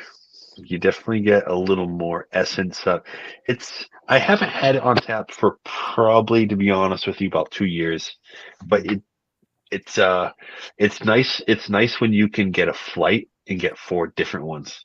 Ooh. And the last, like, I think about 3 years ago, they had different years. So they had like a 17, 18, 19, and they, like, I think it was 16 all the way up to 19. So you got all 4. And then they had a coffee. Oh, the guy that used to own the place, he I guess he had a good relationship in Bourbon County. I mean, like Goose Island, and they used to send him a ton of them. It's a good time. After you're talking about watching people's or hearing people's reviews on some of the 23 releases, I looked at some reviews. I have to admit, I couldn't resist. I mean, this Angel's Envy eludes me at this point, so I couldn't resist. I looked at probably 3 reviews of the Angel's Envy just to see if it's even worth all this damn trouble I'm going through to get it. And sounds like it's more than worth the trouble, honestly. Sounds like other than the prop. I did watch one guy's review of the prop, and he says it's phenomenal. It's amazing that they put rice in that beer. Toasted rice. Oh, really? Toasted, just like they do in Budweiser. Well, and there you go. They got it from InBev, right? But yeah, they put toasted rice so that it has notes of rice pudding. They said, "Ooh, back to pudding again." Exactly. Yeah. What's cool about the box of prop is that it has all the other variants that there has been and the tasting notes on the box. How freaking cool is that? You know what I'm saying? So as you're sampling the beer, you're looking at all the past variants in their different tasting notes. And you can, I've never had one, so I have no idea. But I heard that the Eagle Rare was really good too. I know. I did see a review on the Eagle. Of course, I already have the one copy.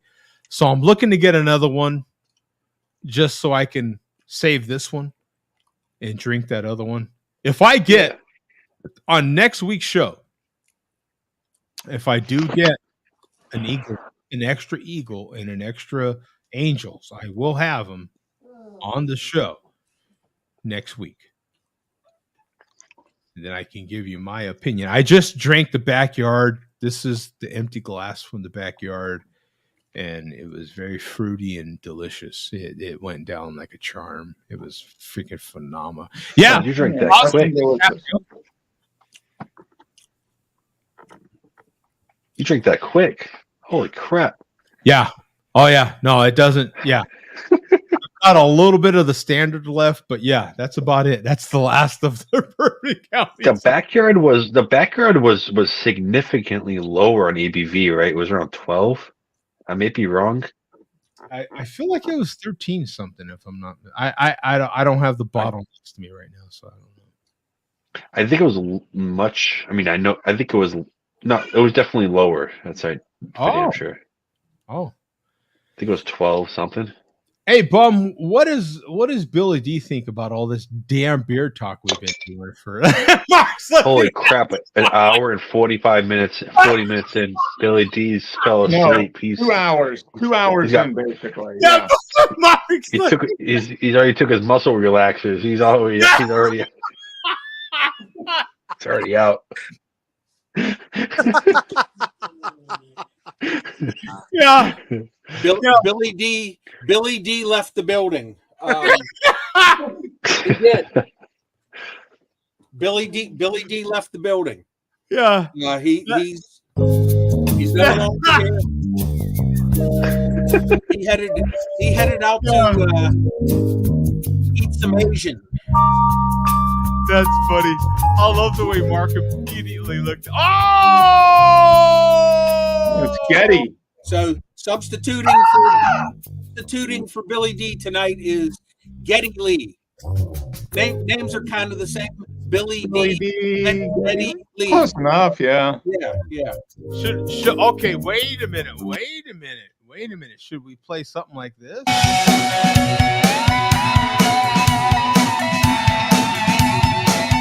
Well, that's about as close as you're going to get without getting a copyright strike. Yeah. Yeah, exactly. So, we got Getty substituting tonight, and this is Rush night. So there's Getty's book that just came out, which I'm currently reading. My Riffin' Life. Effing Life. Now, are you actually reading, or are you theoretically reading? That would have been a good name, Mark. Are you reading the audiobook, or are you? No, I'm reading the actual book. Okay. I thought about buying the audiobook because Mark, in the audiobook, he's the one who reads. Oh, he's the narrator, huh? And Alex Lifeson apparently does some of the audio parts too. So that's cool. Yeah. I have not ruled out purchasing that. You know what's cool about the audio? Some audio versions of the audio book as opposed to the real book. You're still getting the book version in audio, but they'll add in music and different voices. Sometimes they add in all this extra stuff that makes it a little more intriguing. Yeah. You're going to encapsulate your mind a little more what they're thinking or what their thoughts. And then when you get the actual author, like he said, the actual author, that makes. Whoa! Who do we have here? Cool. We haven't seen John in a while. How you doing, my friend? Wow, good to see you. How's it going, guys? Oh, top of the morning to you. Good to see you. I was trying to get him in before. I was trying to get him in before Buck start the malt liquor report, but that didn't happen. My question, real quick, John, and I apologize, Bum. My question, John, is what was it that we had on draft and that person accidentally did not know what they gave us? What was that? Was it Bourbon County Stout? Yeah. Oh, yeah. And they were pouring big ones, Joe, for like $8. They had no clue what they tapped. No, what? Oh, nice. Ask John. Is that the same big one that you tell her that it's or is it? No, Joe. When it's super hard.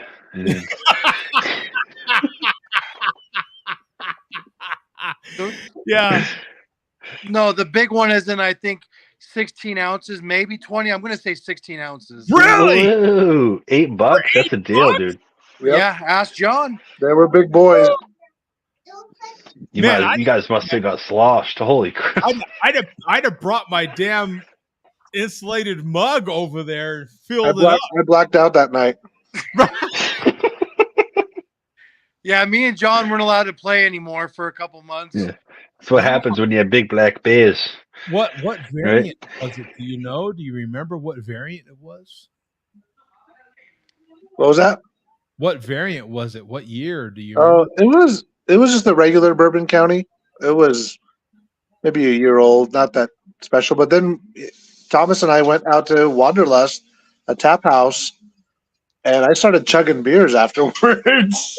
And Oh I was no! game over after the third chug. I was gone. Exactly. Game over. Exactly. Yeah.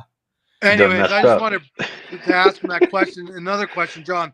Did you grab any Bourbon County from Grapevine this year? I did not. No, Neither did I.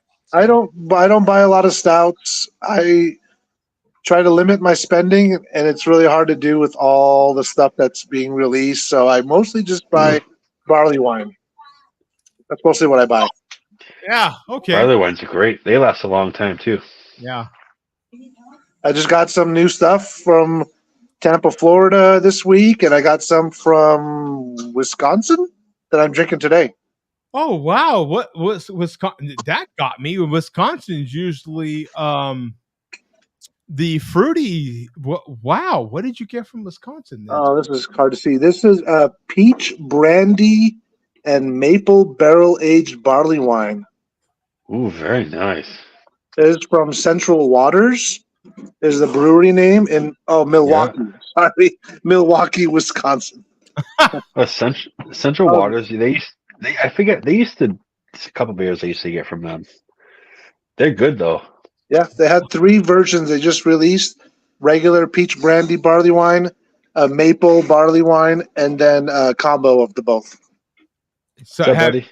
have you cracked it open? Are you getting peach? Are you getting maple? What do you get? I'm on my 3rd can. I'm drinking one of each tonight. The peach brandy is definitely strong with peach and brandy. You get that brandy and peach note. It's definitely delightful.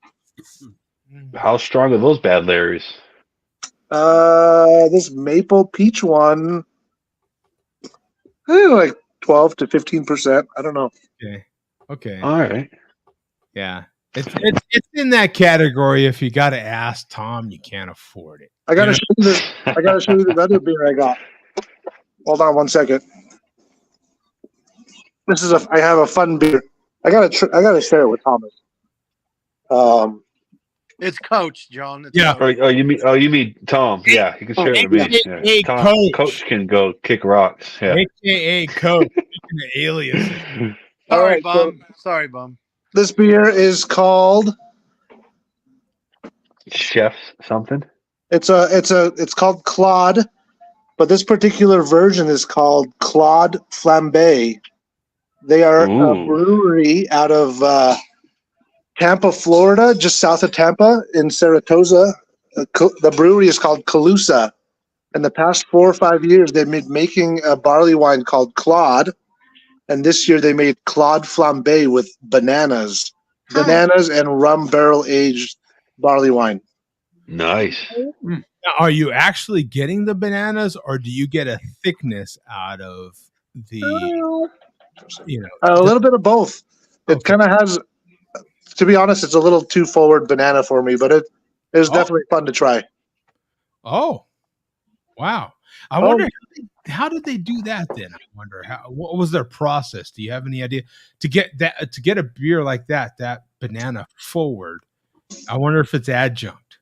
Oh, I don't know. Good question. It doesn't have like the banana runts. Usually the artificial bananas are like the banana runt candy, but this is like has like that kind of thicker mouthfeel of a banana. Mm-hmm. But I wonder if they're actually flambeing the bananas and then putting it in, right? Yeah, maybe. Because you kind of have to get that sugariness, banana-ness from it, right? Do you know flambe? You know, John was all in on the flambe. He had full pinky extend. Flambe. And when he was showing the can, he was full pinky extension on that bad boy. On that bad. He was almost picking his nose. He was almost picking his nose with his. I gotta say, Joe, in your neck of the woods, you had a banana barley wine that was out of this world this year. Yes, sir. From Oso. Yes, sir. I heard about it. I didn't go down there to get it. I went to Tombstone Tombstone didn't have a release. I went to Goldwater. I picked up their barrel aged release, not the regular release. And I didn't get a chance to go to Wren House. Wren House had 5 releases this year. If I'm not mistaken. 5. Some pretty phenomenal stuff. But getting back to, we don't have Billy D is absent this today, but we have in his place, who do we have? Geddy Lee in place of Billy D. Geddy Lee, yes. Well, Geddy Lee as he looked in 1976 with his kimono. Yeah, he looks a lot different nowadays. Yeah. The last 10 years, them guys just played on stage in t-shirts and jeans. Yeah, by the way, being a Cardinals season ticket holder, I got a early invitation, which the tickets for season ticket holders to the Cardinals started on the 30th to buy Rolling Stones tickets for May. I, of course, they live that long. That was kind of my point.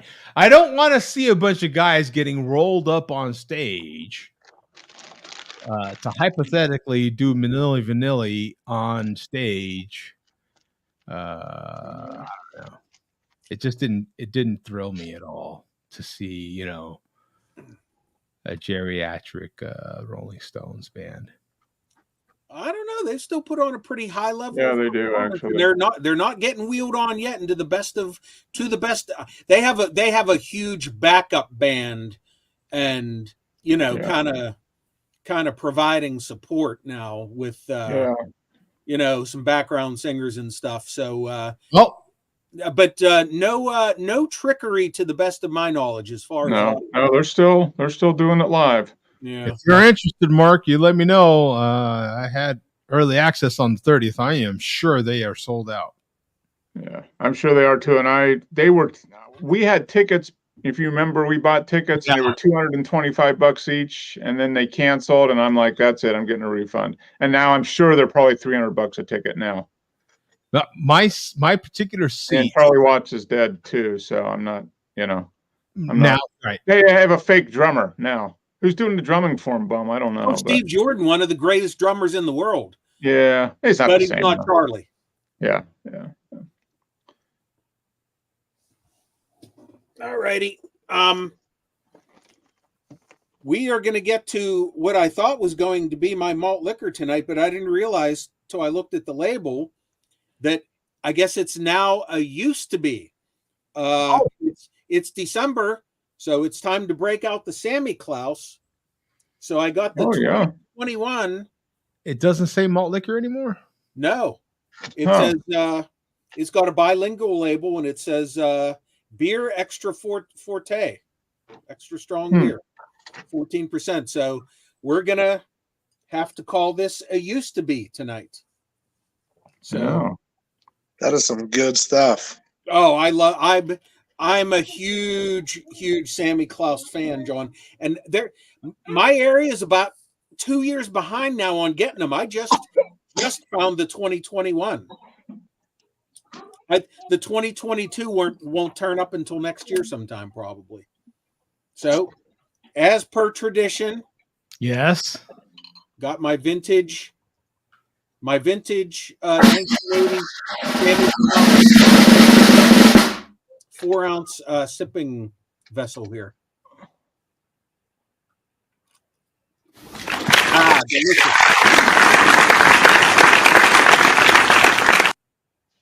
As Loot Bag Larry used to say when he used to make malt liquor videos, delicious. As good as you remember, Bum? Is it as good as you remember? Well, this is a 2021. That's in Sammy Klaus years. That's still super fresh. Yeah. So, well, I'll tell you what. Since we got Causer and Vega in the chat here, we're going to get to them guys first. Okay.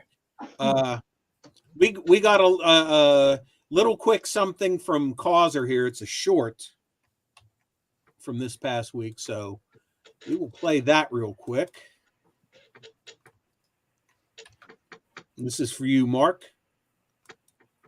Oh boy. Okay, there we are. The title of this is Pencil Neck and Hardly Support the Weight of the Eardrums. Oh, I am paralyzed by this browser speed. Let me good Lord. Let me see if by chance somehow. Oh, wait a minute. We have Houston, we have a problem. Uh-oh. Yeah. What the specifics on that? It's the video's not. What does it say there? This page isn't available. Sorry about that. We're getting 404 in other words. Let me it's coming up on my end. That's bizarre. Yeah, I'm watching it now. That happened maybe if you time, didn't it? Like just maybe if you go into YouTube and you search the actual name of the video. I feel like that happened like a few weeks ago, didn't it, Bum? Where you were able to see it. I was not able to pull it. Yeah, because that. Well, sorry, Causer. Well, we'll just have to go to Vega then.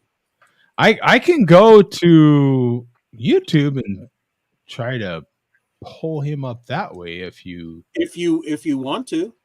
Let's see. Let me try to put him in the search here. It's if you want to search, do you want to search by name?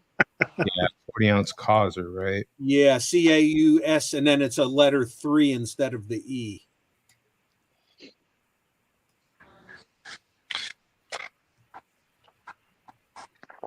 Here we go. Let's see. Here's this channel, and then I can. It would be under shorts, probably.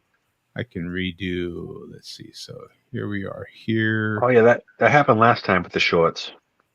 You can't. Yeah, they don't allow you. Second one over. Pencil neck right here. Okay. Yeah. It's going to take 10 times longer to access. Go fuck yourself, pencil neck Mark. Can you hear it? Yeah. Yeah. Okay. Yeah. Fucking sipping a craft beer, going to the symphony with the boss. The symphony hall. Go fuck yourself, pencil neck Mark. Yeah. Is that the symphony hall? Sipping a craft beer, going to the symphony with the boss. Fuck you. Nice. Fuck yourself, pencil neck Mark. Hey, he was thinking about the symphony hall. Hey, is that the first hate for the boss? Is that the first hate? Oh, it's not hate for the boss. He just said it's hate for Mark going to the symphony with the boss. No, but is that the first? I think that's her first. What do you call that? Oh, shout out. Mentioned? No, she's gotten mentioned a couple of times. One time in one of Vega's videos that he ended up taking down. That's like an accomplice hate, right? That's like a side hate. It's a second level hate. Yeah. Hate by association. Hate by proxy, yeah. So dream location for pencil neck. Yeah. That's right. Should try it sometime. Okay, this next one is for you, Coach, since Vega is in the chat here. Go to 740. Okay, 740. So where you at, pen pal? Where's your video? Not so much as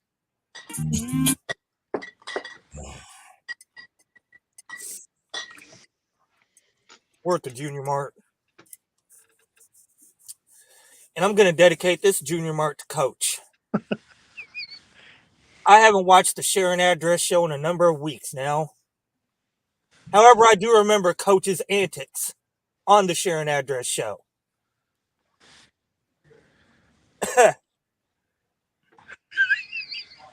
Fucking Milk Dudhead, Ned Flanders, Pencil Neck, Teen Wolf. They'll get off on some bullshit, like ice cream or or I don't know, beer. They're fucking horrible choices of sports teams to root for. Rams. Uh, Who won last what week? else? I was there. Their bad taste in music. Nora Jones, lover. Pretty much anything, you know. And coach will just poof. Coach is gone. No, Listen to that giggle. That isn't that and like coach will just Yeah, it kind of sounds like Butthead a little bit. yeah. and coach will just poof. Just you know, Fire. and coach will just exactly. poof. Coach is gone. No, I'm out. No, see you later. No, nothing. Just gone. Listen. Coach has an effing life. Yep. You know, do I really need Deep to? down, coach is a nice guy. He has a life. Okay. He hangs out with his boys, with his buddies. They're always doing something. He's a freaking Idaho. It's beautiful up there. He has a life. You know, we're a bunch of losers sitting in front of our computer screen and Yeah, but you guys have livers. That's great. do have, yeah, we currently have, semi-healthy livers. Yes. Wow. Hey, don't hate on the love out of hate for you guys for me, if that makes. No, I'm not hating. Don't hate on the love for Coach from Vega. Yeah, Vega loves you, man. It's obvious. Yeah. We'll rewind some of the love, as a matter of fact. That way we can get the full love in context here. No, I'm out. No, see you later. No, nothing. Just gone. Like now. Yeah. Like you kind of did now. Yeah. Yeah. Yep. Deep down, coach is a nice guy. He don't have the heart to tell a bunch of assholes Nassholes? what a bunch of assholes they truly are. Assholes? Nassholes? What? Wait. I got he don't have the heart. Assholes. A bunch of assholes. Bunch of assholes. Assholes. What a bunch of assholes they truly are. Nassholes? Nassholes? Shout out to you, coach. Swole. Okay. All right. And on that note, gentlemen, I'm going to go poof. I'm going to do a coach imitation here. I'm going to go poof. No, you mean poop. Poop. All right. I got to poof because I got to go poop. Right. You're going to go release the beast. Yeah. Hey. Hey, let us know if it's a boy or girl. Okay. We will do it. All right, Mark. I will talk to you gentlemen. this week. I'll talk to you this Sounds week. good. Later, gentlemen. Peace out, Mark. And wait a minute.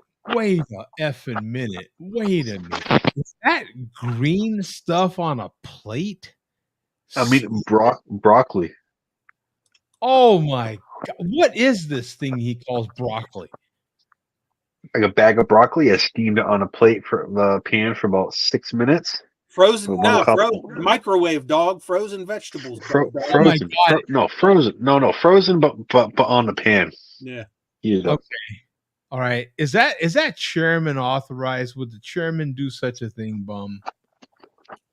No, he would only heat it up in his new 1200-watt microwave. Most powerful microwave on the flat earth. But would the chairman warm up in a microwave veggies? Oh yeah, sure. He said, remember, he talks about frozen vegetables all the time. It even says it on the bag. It says that you can just do it around the. It says easy. It says easy to microwave in the bag. Goodness. No, I'll he's throw on a frozen pan. vegetables all the time, especially when he's in training. Oh, well, Yeah. there you go. Yeah. How could I ever doubt such a thing? Okay. Yeah. Back to the show. So I don't know if there's anything left from Vega or not. You can keep playing. All right, here we go. You're fucking better than that. Used to be. Yeah, that's it. I think Mark went poof just so he could maybe get some love from Vega. Yeah. I think he was feeling a little left out. Yeah. You know what I'm saying? And he says, "You know what? I'm out of here. I'm not getting any love, so I'm out." He went to the symphony. Yeah, went to the symphony. He was like, "You know what? Can't beat him, you join him." That's what he works. That's his warm resting place. Okay, so our next video is from Scumbag Supreme, who still has a black eye. Oh, does he really? That thing's not healing. So you can start at 35 seconds in. That's actually terrible, isn't it? That's not. And we blowing them. Let's see, 30 seconds in, you said? Let's see. 35. 35. Man, I am having some major freaking issues today. My God. Fuck to share a queer show. They make Shady look like an Academy Award winner.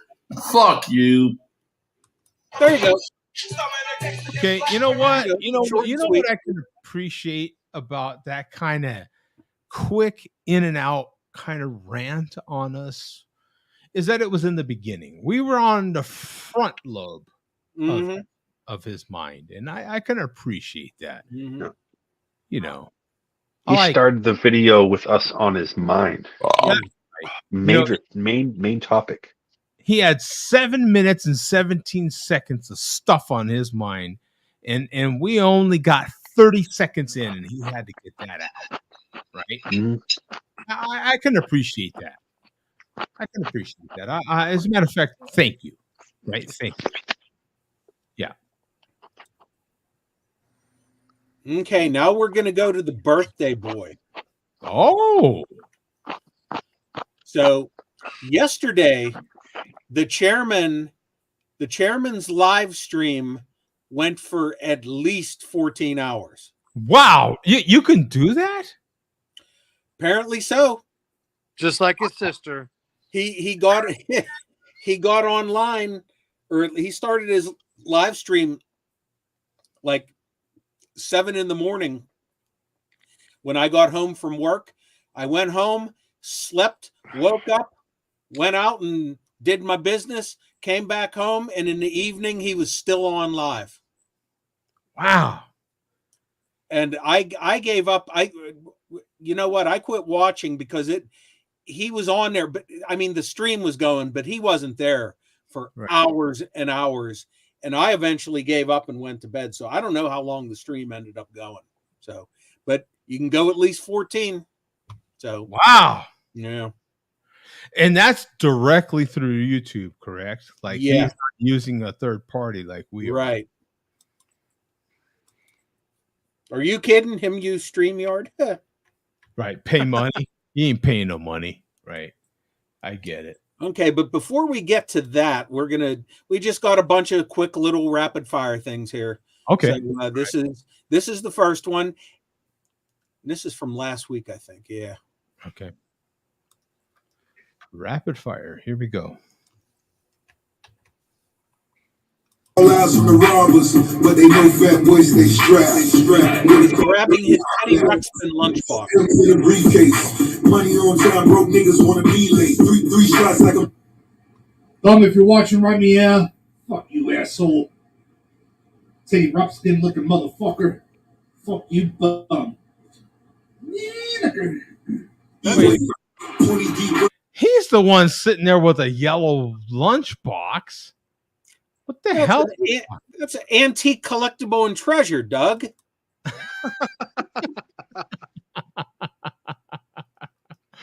Oh my God. Yeah, he keeps showing his pride. He's doing Pride Month without the Pride Month. And without the pride. Yep. Timestamp that one, bum. Timestamp that one, bum. Oh! He knows he's watching. Your fingers up. Fuck you, bum. Okay, he told me to, so I did. Yes, exactly. your wish is my command. Yeah. Right? Yeah. I mean, you asked for it. Here it is. Yeah, I get it. Okay. So now we get to yesterday. Okay. And this is yesterday morning. And what I find hilarious about this. Should we do it?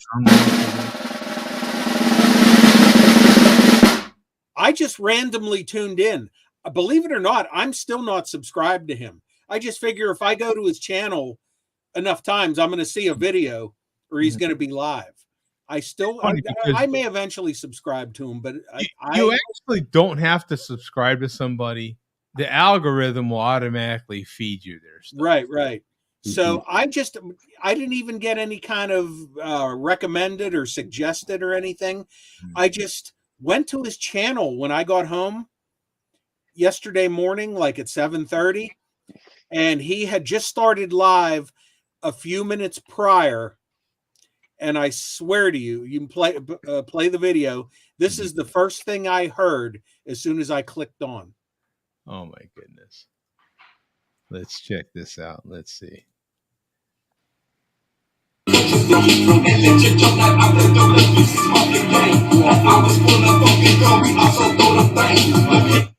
Yeah, Ross on Bums Hours.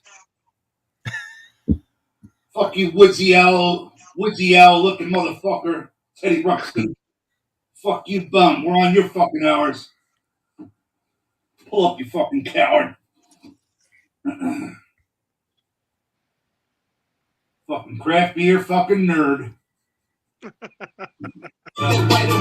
You know what? You know what's kind of funny about that is Bum anymore, because of his reporting and his diligence to his trade, is of the bunch of us the most malt liquor of all of us. Yeah.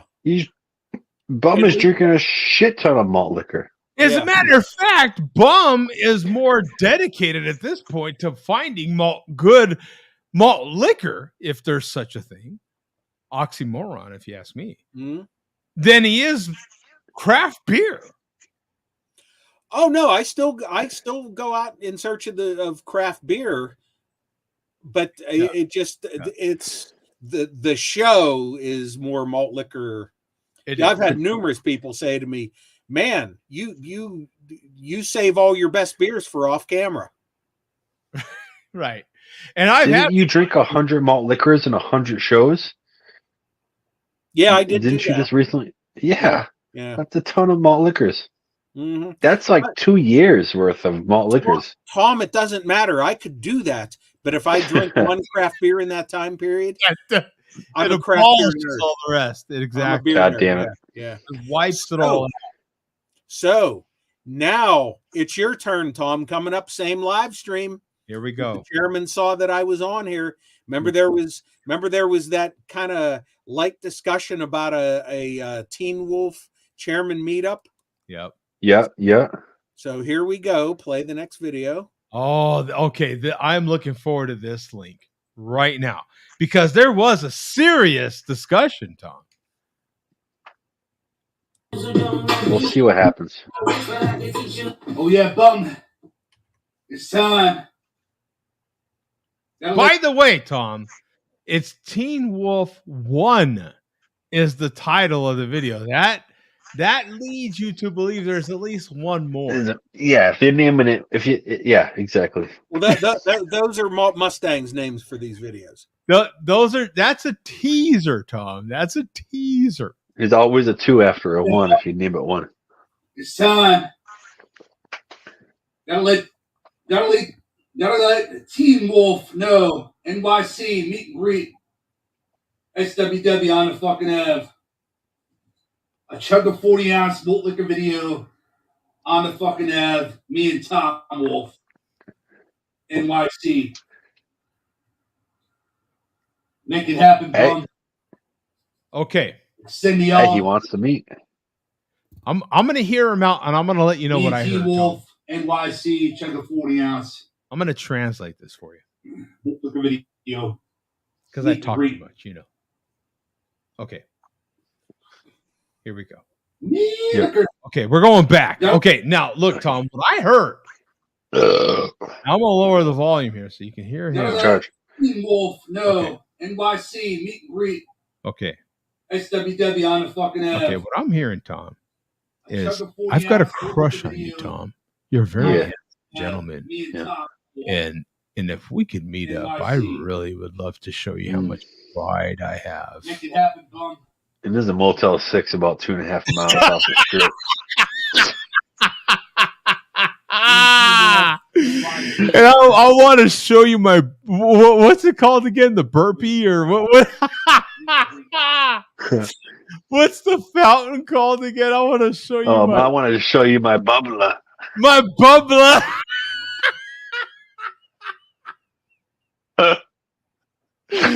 I hope you take a sip of my bubbler. You can get as close as you want. Yeah. Jesus Christ. Oh man, yeah. No, he sounded sincere last week. I have to admit, man, he sounded like he really wanted him some Tom in his life, man.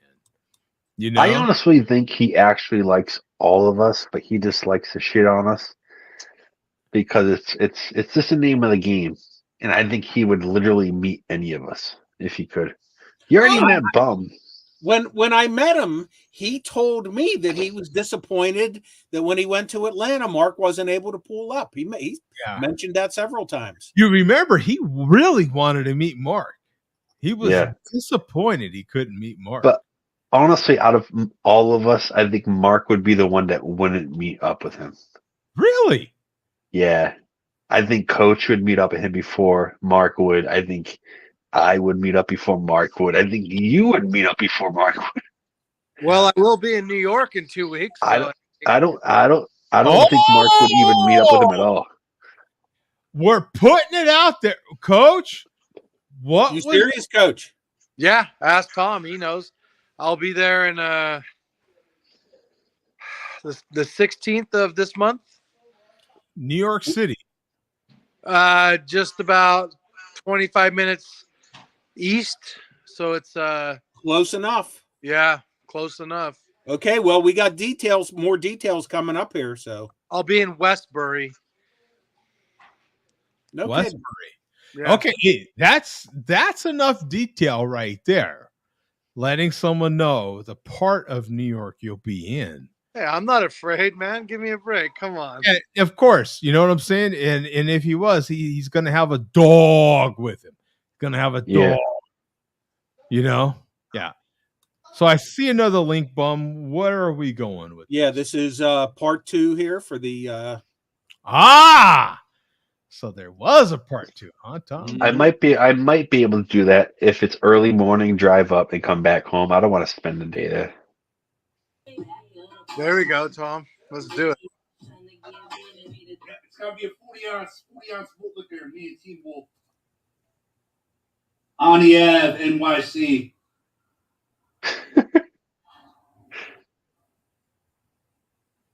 Put up or shut up, Tom Wolf. Tom Wolf. I say meet me halfway. That's halfway. Not my Doug.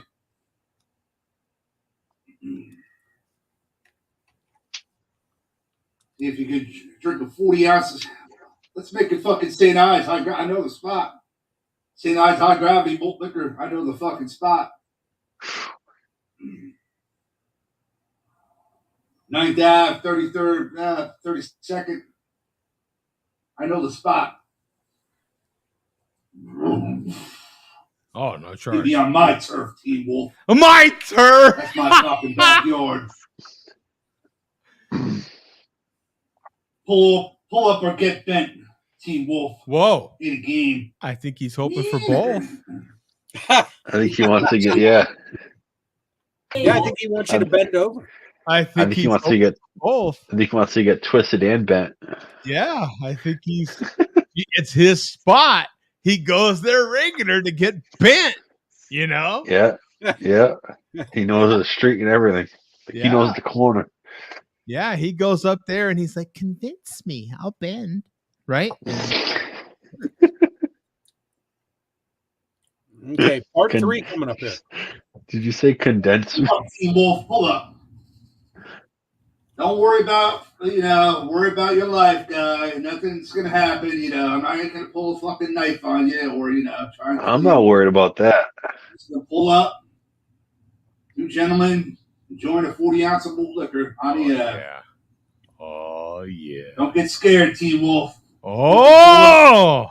NYC. I'm not scared at all. Yeah, he's not scared of the chairman pulling out a knife. No, it ain't the knife. It ain't the knife he's worried that's going to get pulled out. Yeah. It's about his 2-inch pincher that I don't want to get bent over. It's the 2-inch bubbler. Right. The 2-inch bubbler, right? Yeah. Yeah. No, I ain't worried. Yeah, that's hilarious, man. You know what, Tom? That just lets you know, man. He's got you on the mind now, brother. He is completely focused. The thing about it though is it's December and you're going into New York City and in December. It's like that's rough going into New York. And that's rough. Like I don't know if I'm going to New York City in December. The traffic out there is gonna be insane. It's like convincing him to come to Phoenix in August. Yeah, it's insane. Like I don't know if I want to go to. I don't know if I want to drive my car. Come on down in August. I don't know if I want to drive my car and pay $100. I don't want to pay $120 to park my car and then meet this dude and then drive home. I don't know if I want to do that. Are you gonna park a car or a car? Yeah, like in the car. The cat. I mean, come on, man. I don't even know what a car is, man. You know what I'm saying? But up there, you park a car. You know what I'm saying? You park your car. You never parked a car in your life. Come to bar. If you don't have a backup camera, you're screwed. I don't have a backup camera. It's rough in the streets. Yeah, man. Ain't playing in these streets.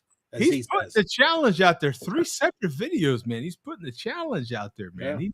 He wants him that lets me know that he's willing to meet me at some point.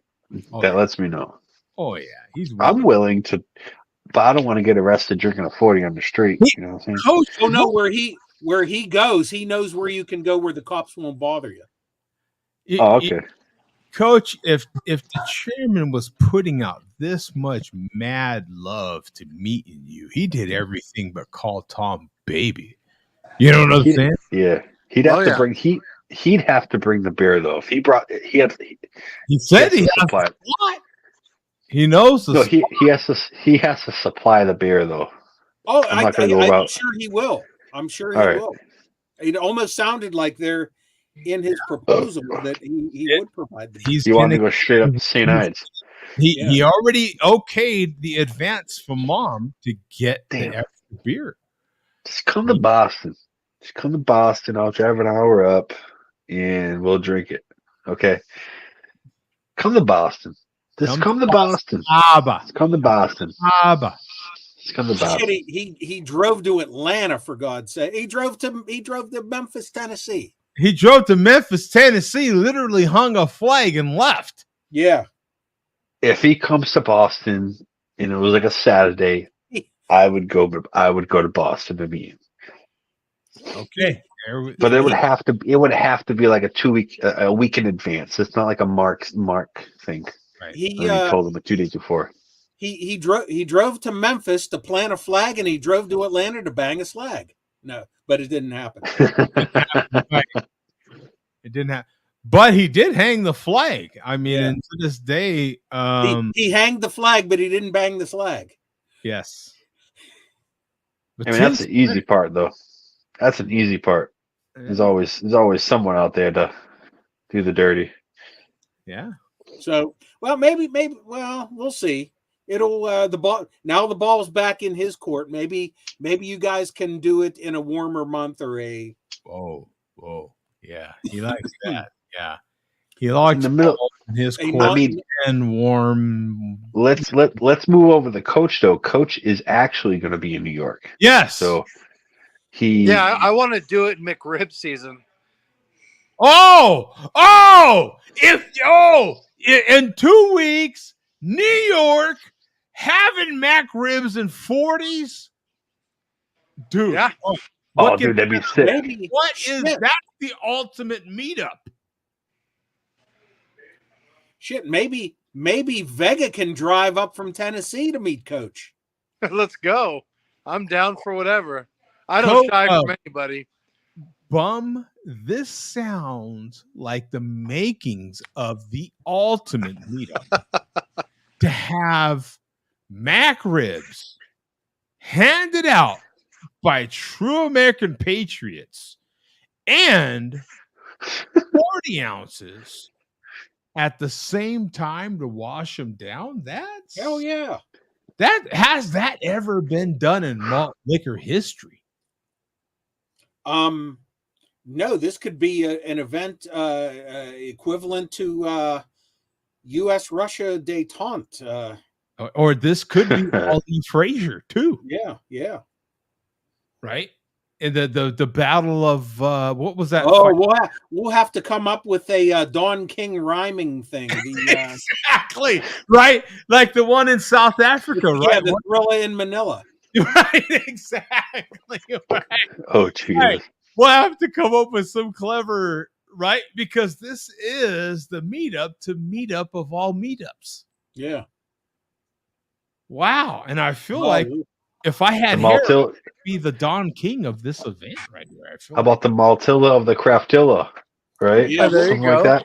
We'll come up with something. It's got to have something with McRib in it, though. Yeah. Because there should be it's Mac Rib season. There should be a Mac Rib involved. The McMeetup. Close. We're getting close. The malt McMalt meetup. There you go. Hey, we're getting close. We're on track here. We're figuring it out. We'll see what happens next week when we get those videos as well. We'll get that input. Huh, Bum? Yeah, we'll have to come up with a name for this. So, okay, like I said, we had that. What you guys just saw was the beginning of what ended up being an at least 14-hour long live stream yesterday. So when I got back home last night, the stream was still going, and he had been off screen for hours at that point. So I went back and scrolled through, and he made a brief appearance during the last 5 hours. Keep your eye on the doorway.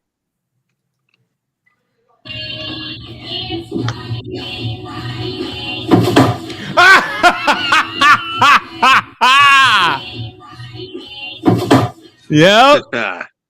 Oh, he's drunk. Who put that door there? Mom! Obviously just woke from his drunken stupor. He's obviously been sleeping. My phone might die soon, so. Mom, did you leave the door open again?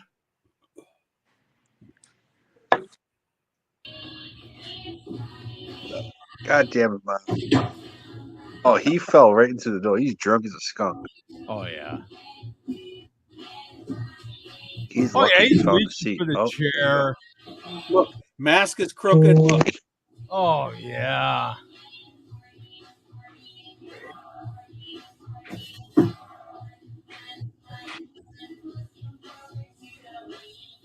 You know what? That's that kind of drunk that you took a nap to sleep it off and you're still hammered. Like you wake up still hammered. And your head is spinning, you're still so hammered. Right? And at the same time, this Bobo realizes that he's still got a live stream going, so he has to compose himself somehow. He's trying to do. He said, "Nope, that's enough of that. See ya." Mom, I'm coming back to bed. And that's it. I don't know if he ended up coming back several hours later or not, but that was the last that I saw of him. And you happen to catch that. That's something else. Well, I just kind of scrolled through everything, and I saw he made a brief on-camera appearance in like the last 5 hours. My goodness. Yeah. Man, he was smashed. Yeah. Yeah, I love the wall. Yeah, the wall was smashed too. Yeah. Well, the wall got in the way. I don't know, if mom wouldn't have put the wall there, So yeah, that was the chairman yesterday, at least 14 hours, which may explain why we have not seen him today on his birthday, or what is purported to be his birthday. Yeah, normally he would be having a birthday feast on cam. So yeah, so that's it for this week. Wow. Okay. Well, thanks, Bum. We appreciate the malt liquor report. And today we actually have a different.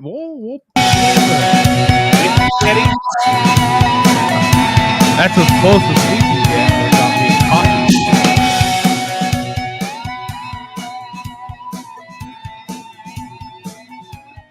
First time for everything. It's the first time we have that loop playing, and we do have the applause and from the liquor report. Thank you very much.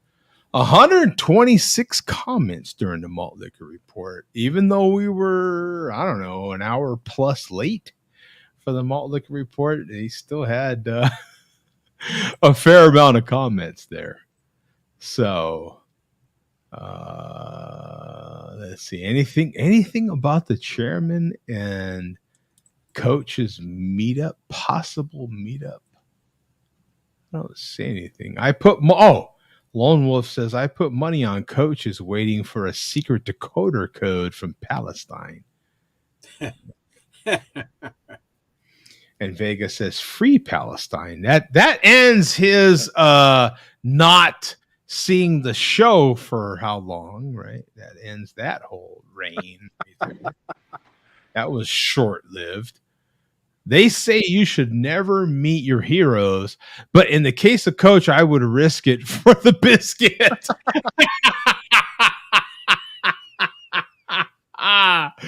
Oh, Dave has a good one here. Mick Pull-Up. Yeah, there you go. Pull-Up. There we go. There you go. That's it. There it is. I give that a round of applause.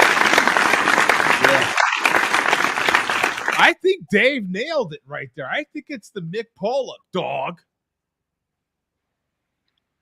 I think Dave nailed it. I think it's the Mick Pull-Up. Right? I think yeah, we can officially proclaim it to be the Mick Pull-Up. I like it. It's fitting.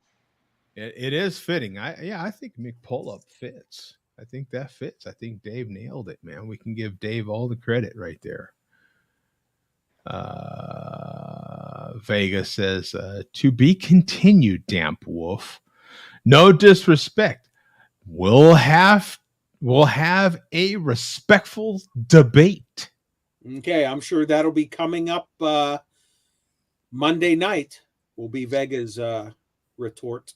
And by the way, Bum, did you and Vega resolve your little issue with said cult hero, if you will? No, because I still have to make the malt liquor video. Okay. Yeah.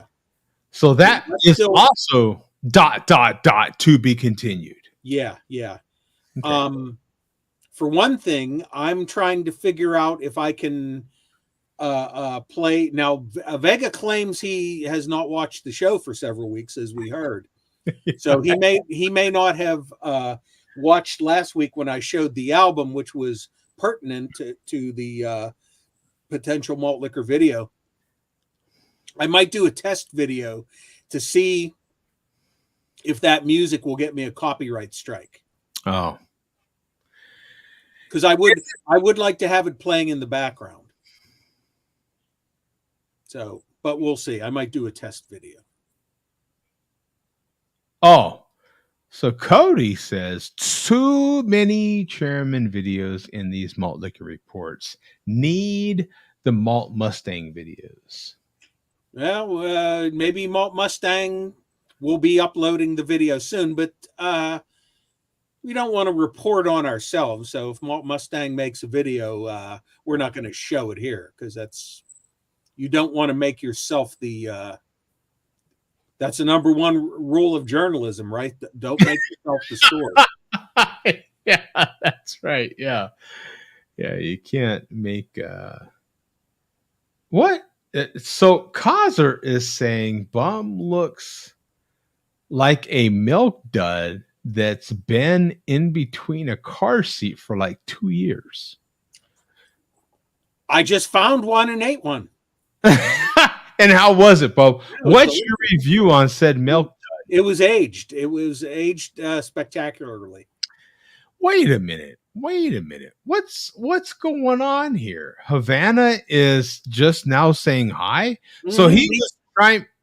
No, he's describing himself right now. Oh, okay. I was off. Well, that makes sense then. In that case, that makes sense.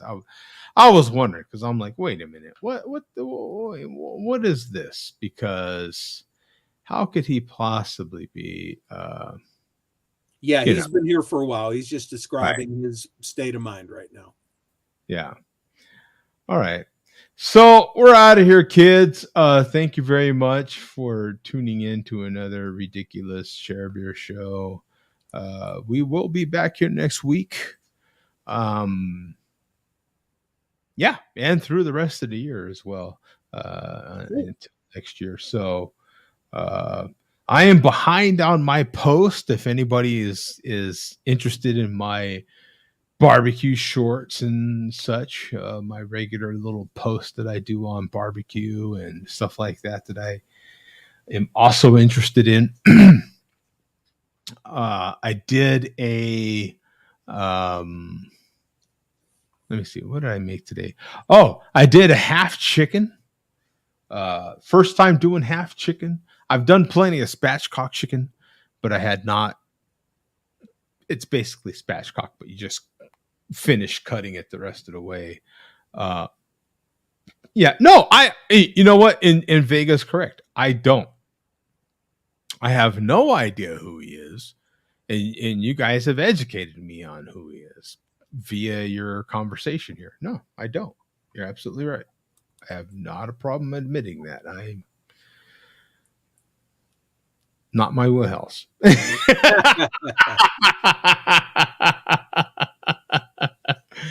But there are many things that each of us know and don't know, and that's what's the beauty of this show, right? By the way, for all those people that like to hate on this show in the comments by saying, boy, Share a Beer show and you never talk about beer. Well, every once in a while we don't, right? And then every once in a while we do. We spent, I don't know, an hour plus talking about the beers literally over my shoulder right here. It was 90% beer tonight if you count malt liquor. If you count malt liquor, I mean, look, we have always considered this a virtual pub table, right?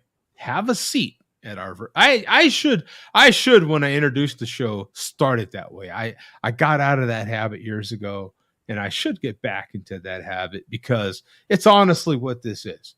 It's a virtual pub table. You come to our virtual pub, you pull up a chair, your own chair at your own wherever you're at. Pull up. I'm sorry. Pull up.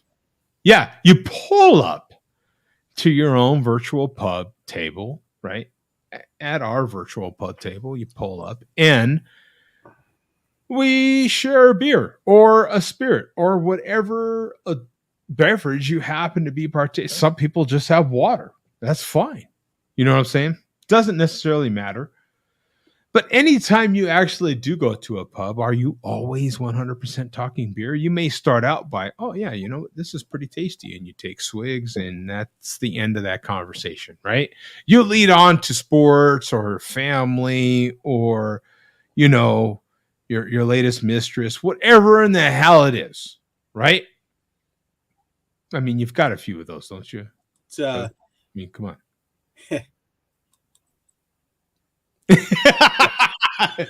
Crickets. I think they call it a guma. I think they call it a guma. A guma. But in any case, you'll start with perhaps a beer, but you don't necessarily carry on about that beer unless it's perhaps a new release at that particular pub.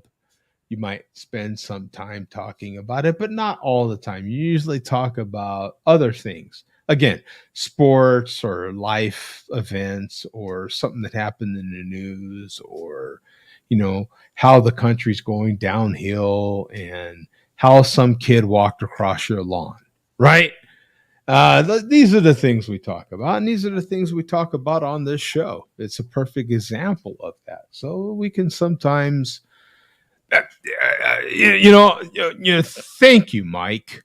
I remember my first beer. We've spent time talking about our first beer, right?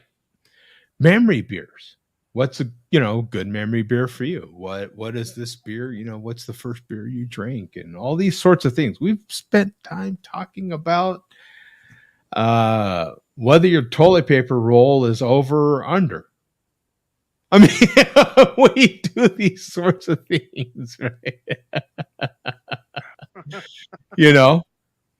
Whether when you're getting ready in the morning, do you go socks first and then put on your pants, and what your pattern is for getting ready, right?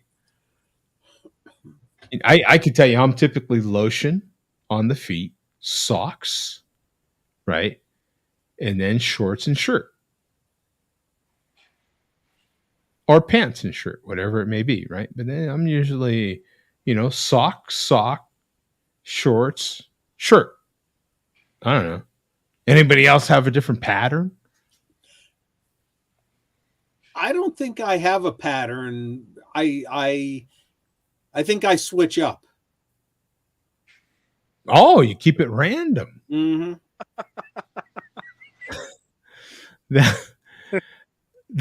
Here you go. I do sock, shirt, shorts, final.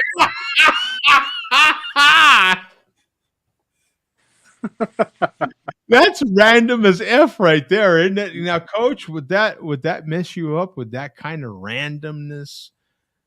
No, that's the way I live. It's the wild child in me. That's just we don't. I think what you, Joe, you're in the military, so I think that's why you're very for the lack of a better word, what do they call that, Bum? Anal retentive? Like, I don't know. Yeah. No, I'm just regimented. Regimented. Yeah, my father's the same way, but that's a good thing. That's a good thing. Causer says, "Ha! Lotion the feet."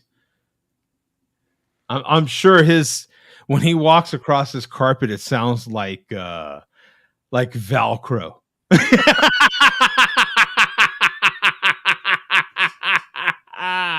Actually, right now, if you go back and watch the show earlier where I'm doing this, I could use some lotion on the feet.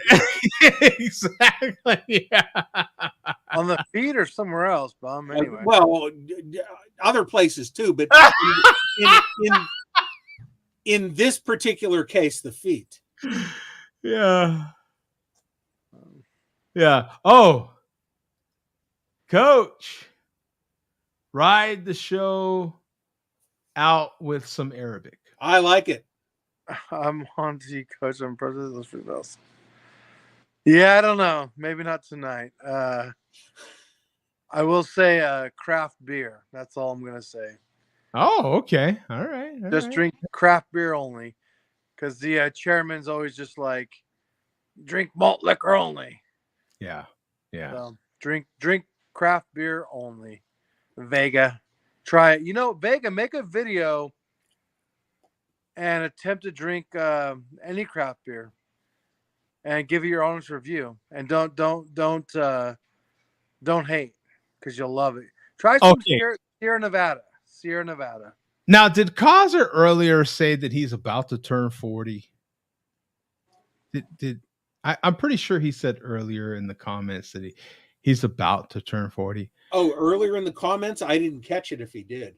I didn't think he was that old. Okay. How old do you have to be to know not to lotion your feet before you go in the shower? Isn't it kind of common knowledge to lotion the feet after the shower?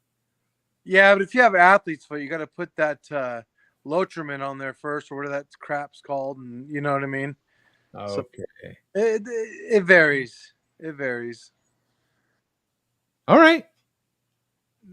Yeah, I'll leave it at that. Yeah, some people, I suppose, have to lotion ahead of time. Yeah, I don't know.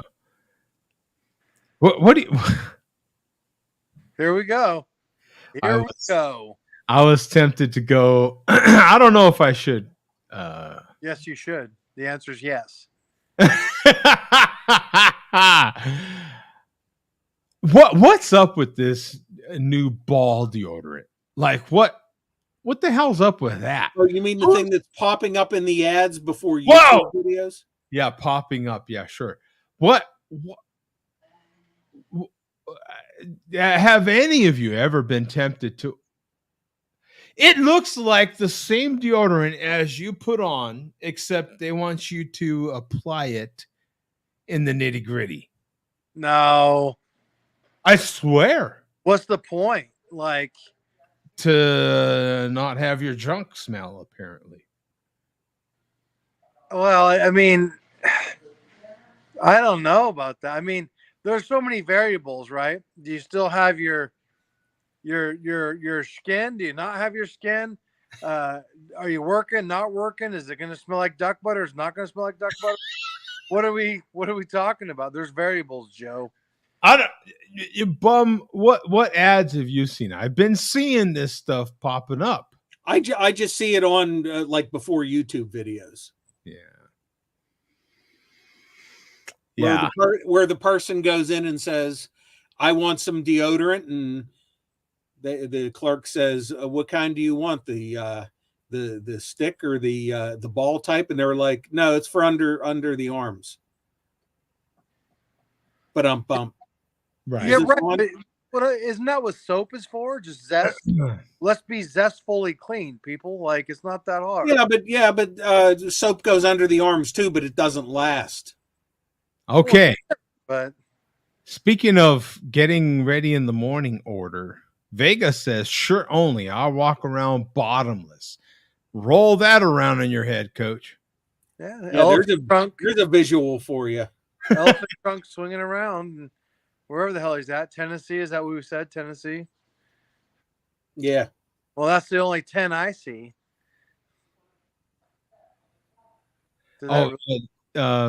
He says I use bod. I don't know. This is getting weird because, typically all you got to do down there is just apply a little soap, and I learned that when I was like 4, and you just move on, man. I didn't. Little Susie never complained about any kind of stank after football practice. Little Susie just did what she needed to do. So Bum uses Axe. Yeah, Axe is all right. Not the spray though. The spray's terrible. Who axed you, Big Room? Who axed you? You're on, Coach. But it won't be Sierra Nevada. That's okay. Cute. Okay, let's talk about this. Let's take another 5 minutes to talk about this. So then what is it? What is it? Because the reason I mentioned Sierra Nevada, it's a great beer, and they make the Torpedo, which is an IPA. Mm-hmm. They're both craft beer. I mean, they're at this point macro brews, but I still consider them craft beer, and they're great. So what is it, Vega? What would you guys say? Sam Adams? Yeah, I don't know what Vega has in mind here. we can go so many ways with this.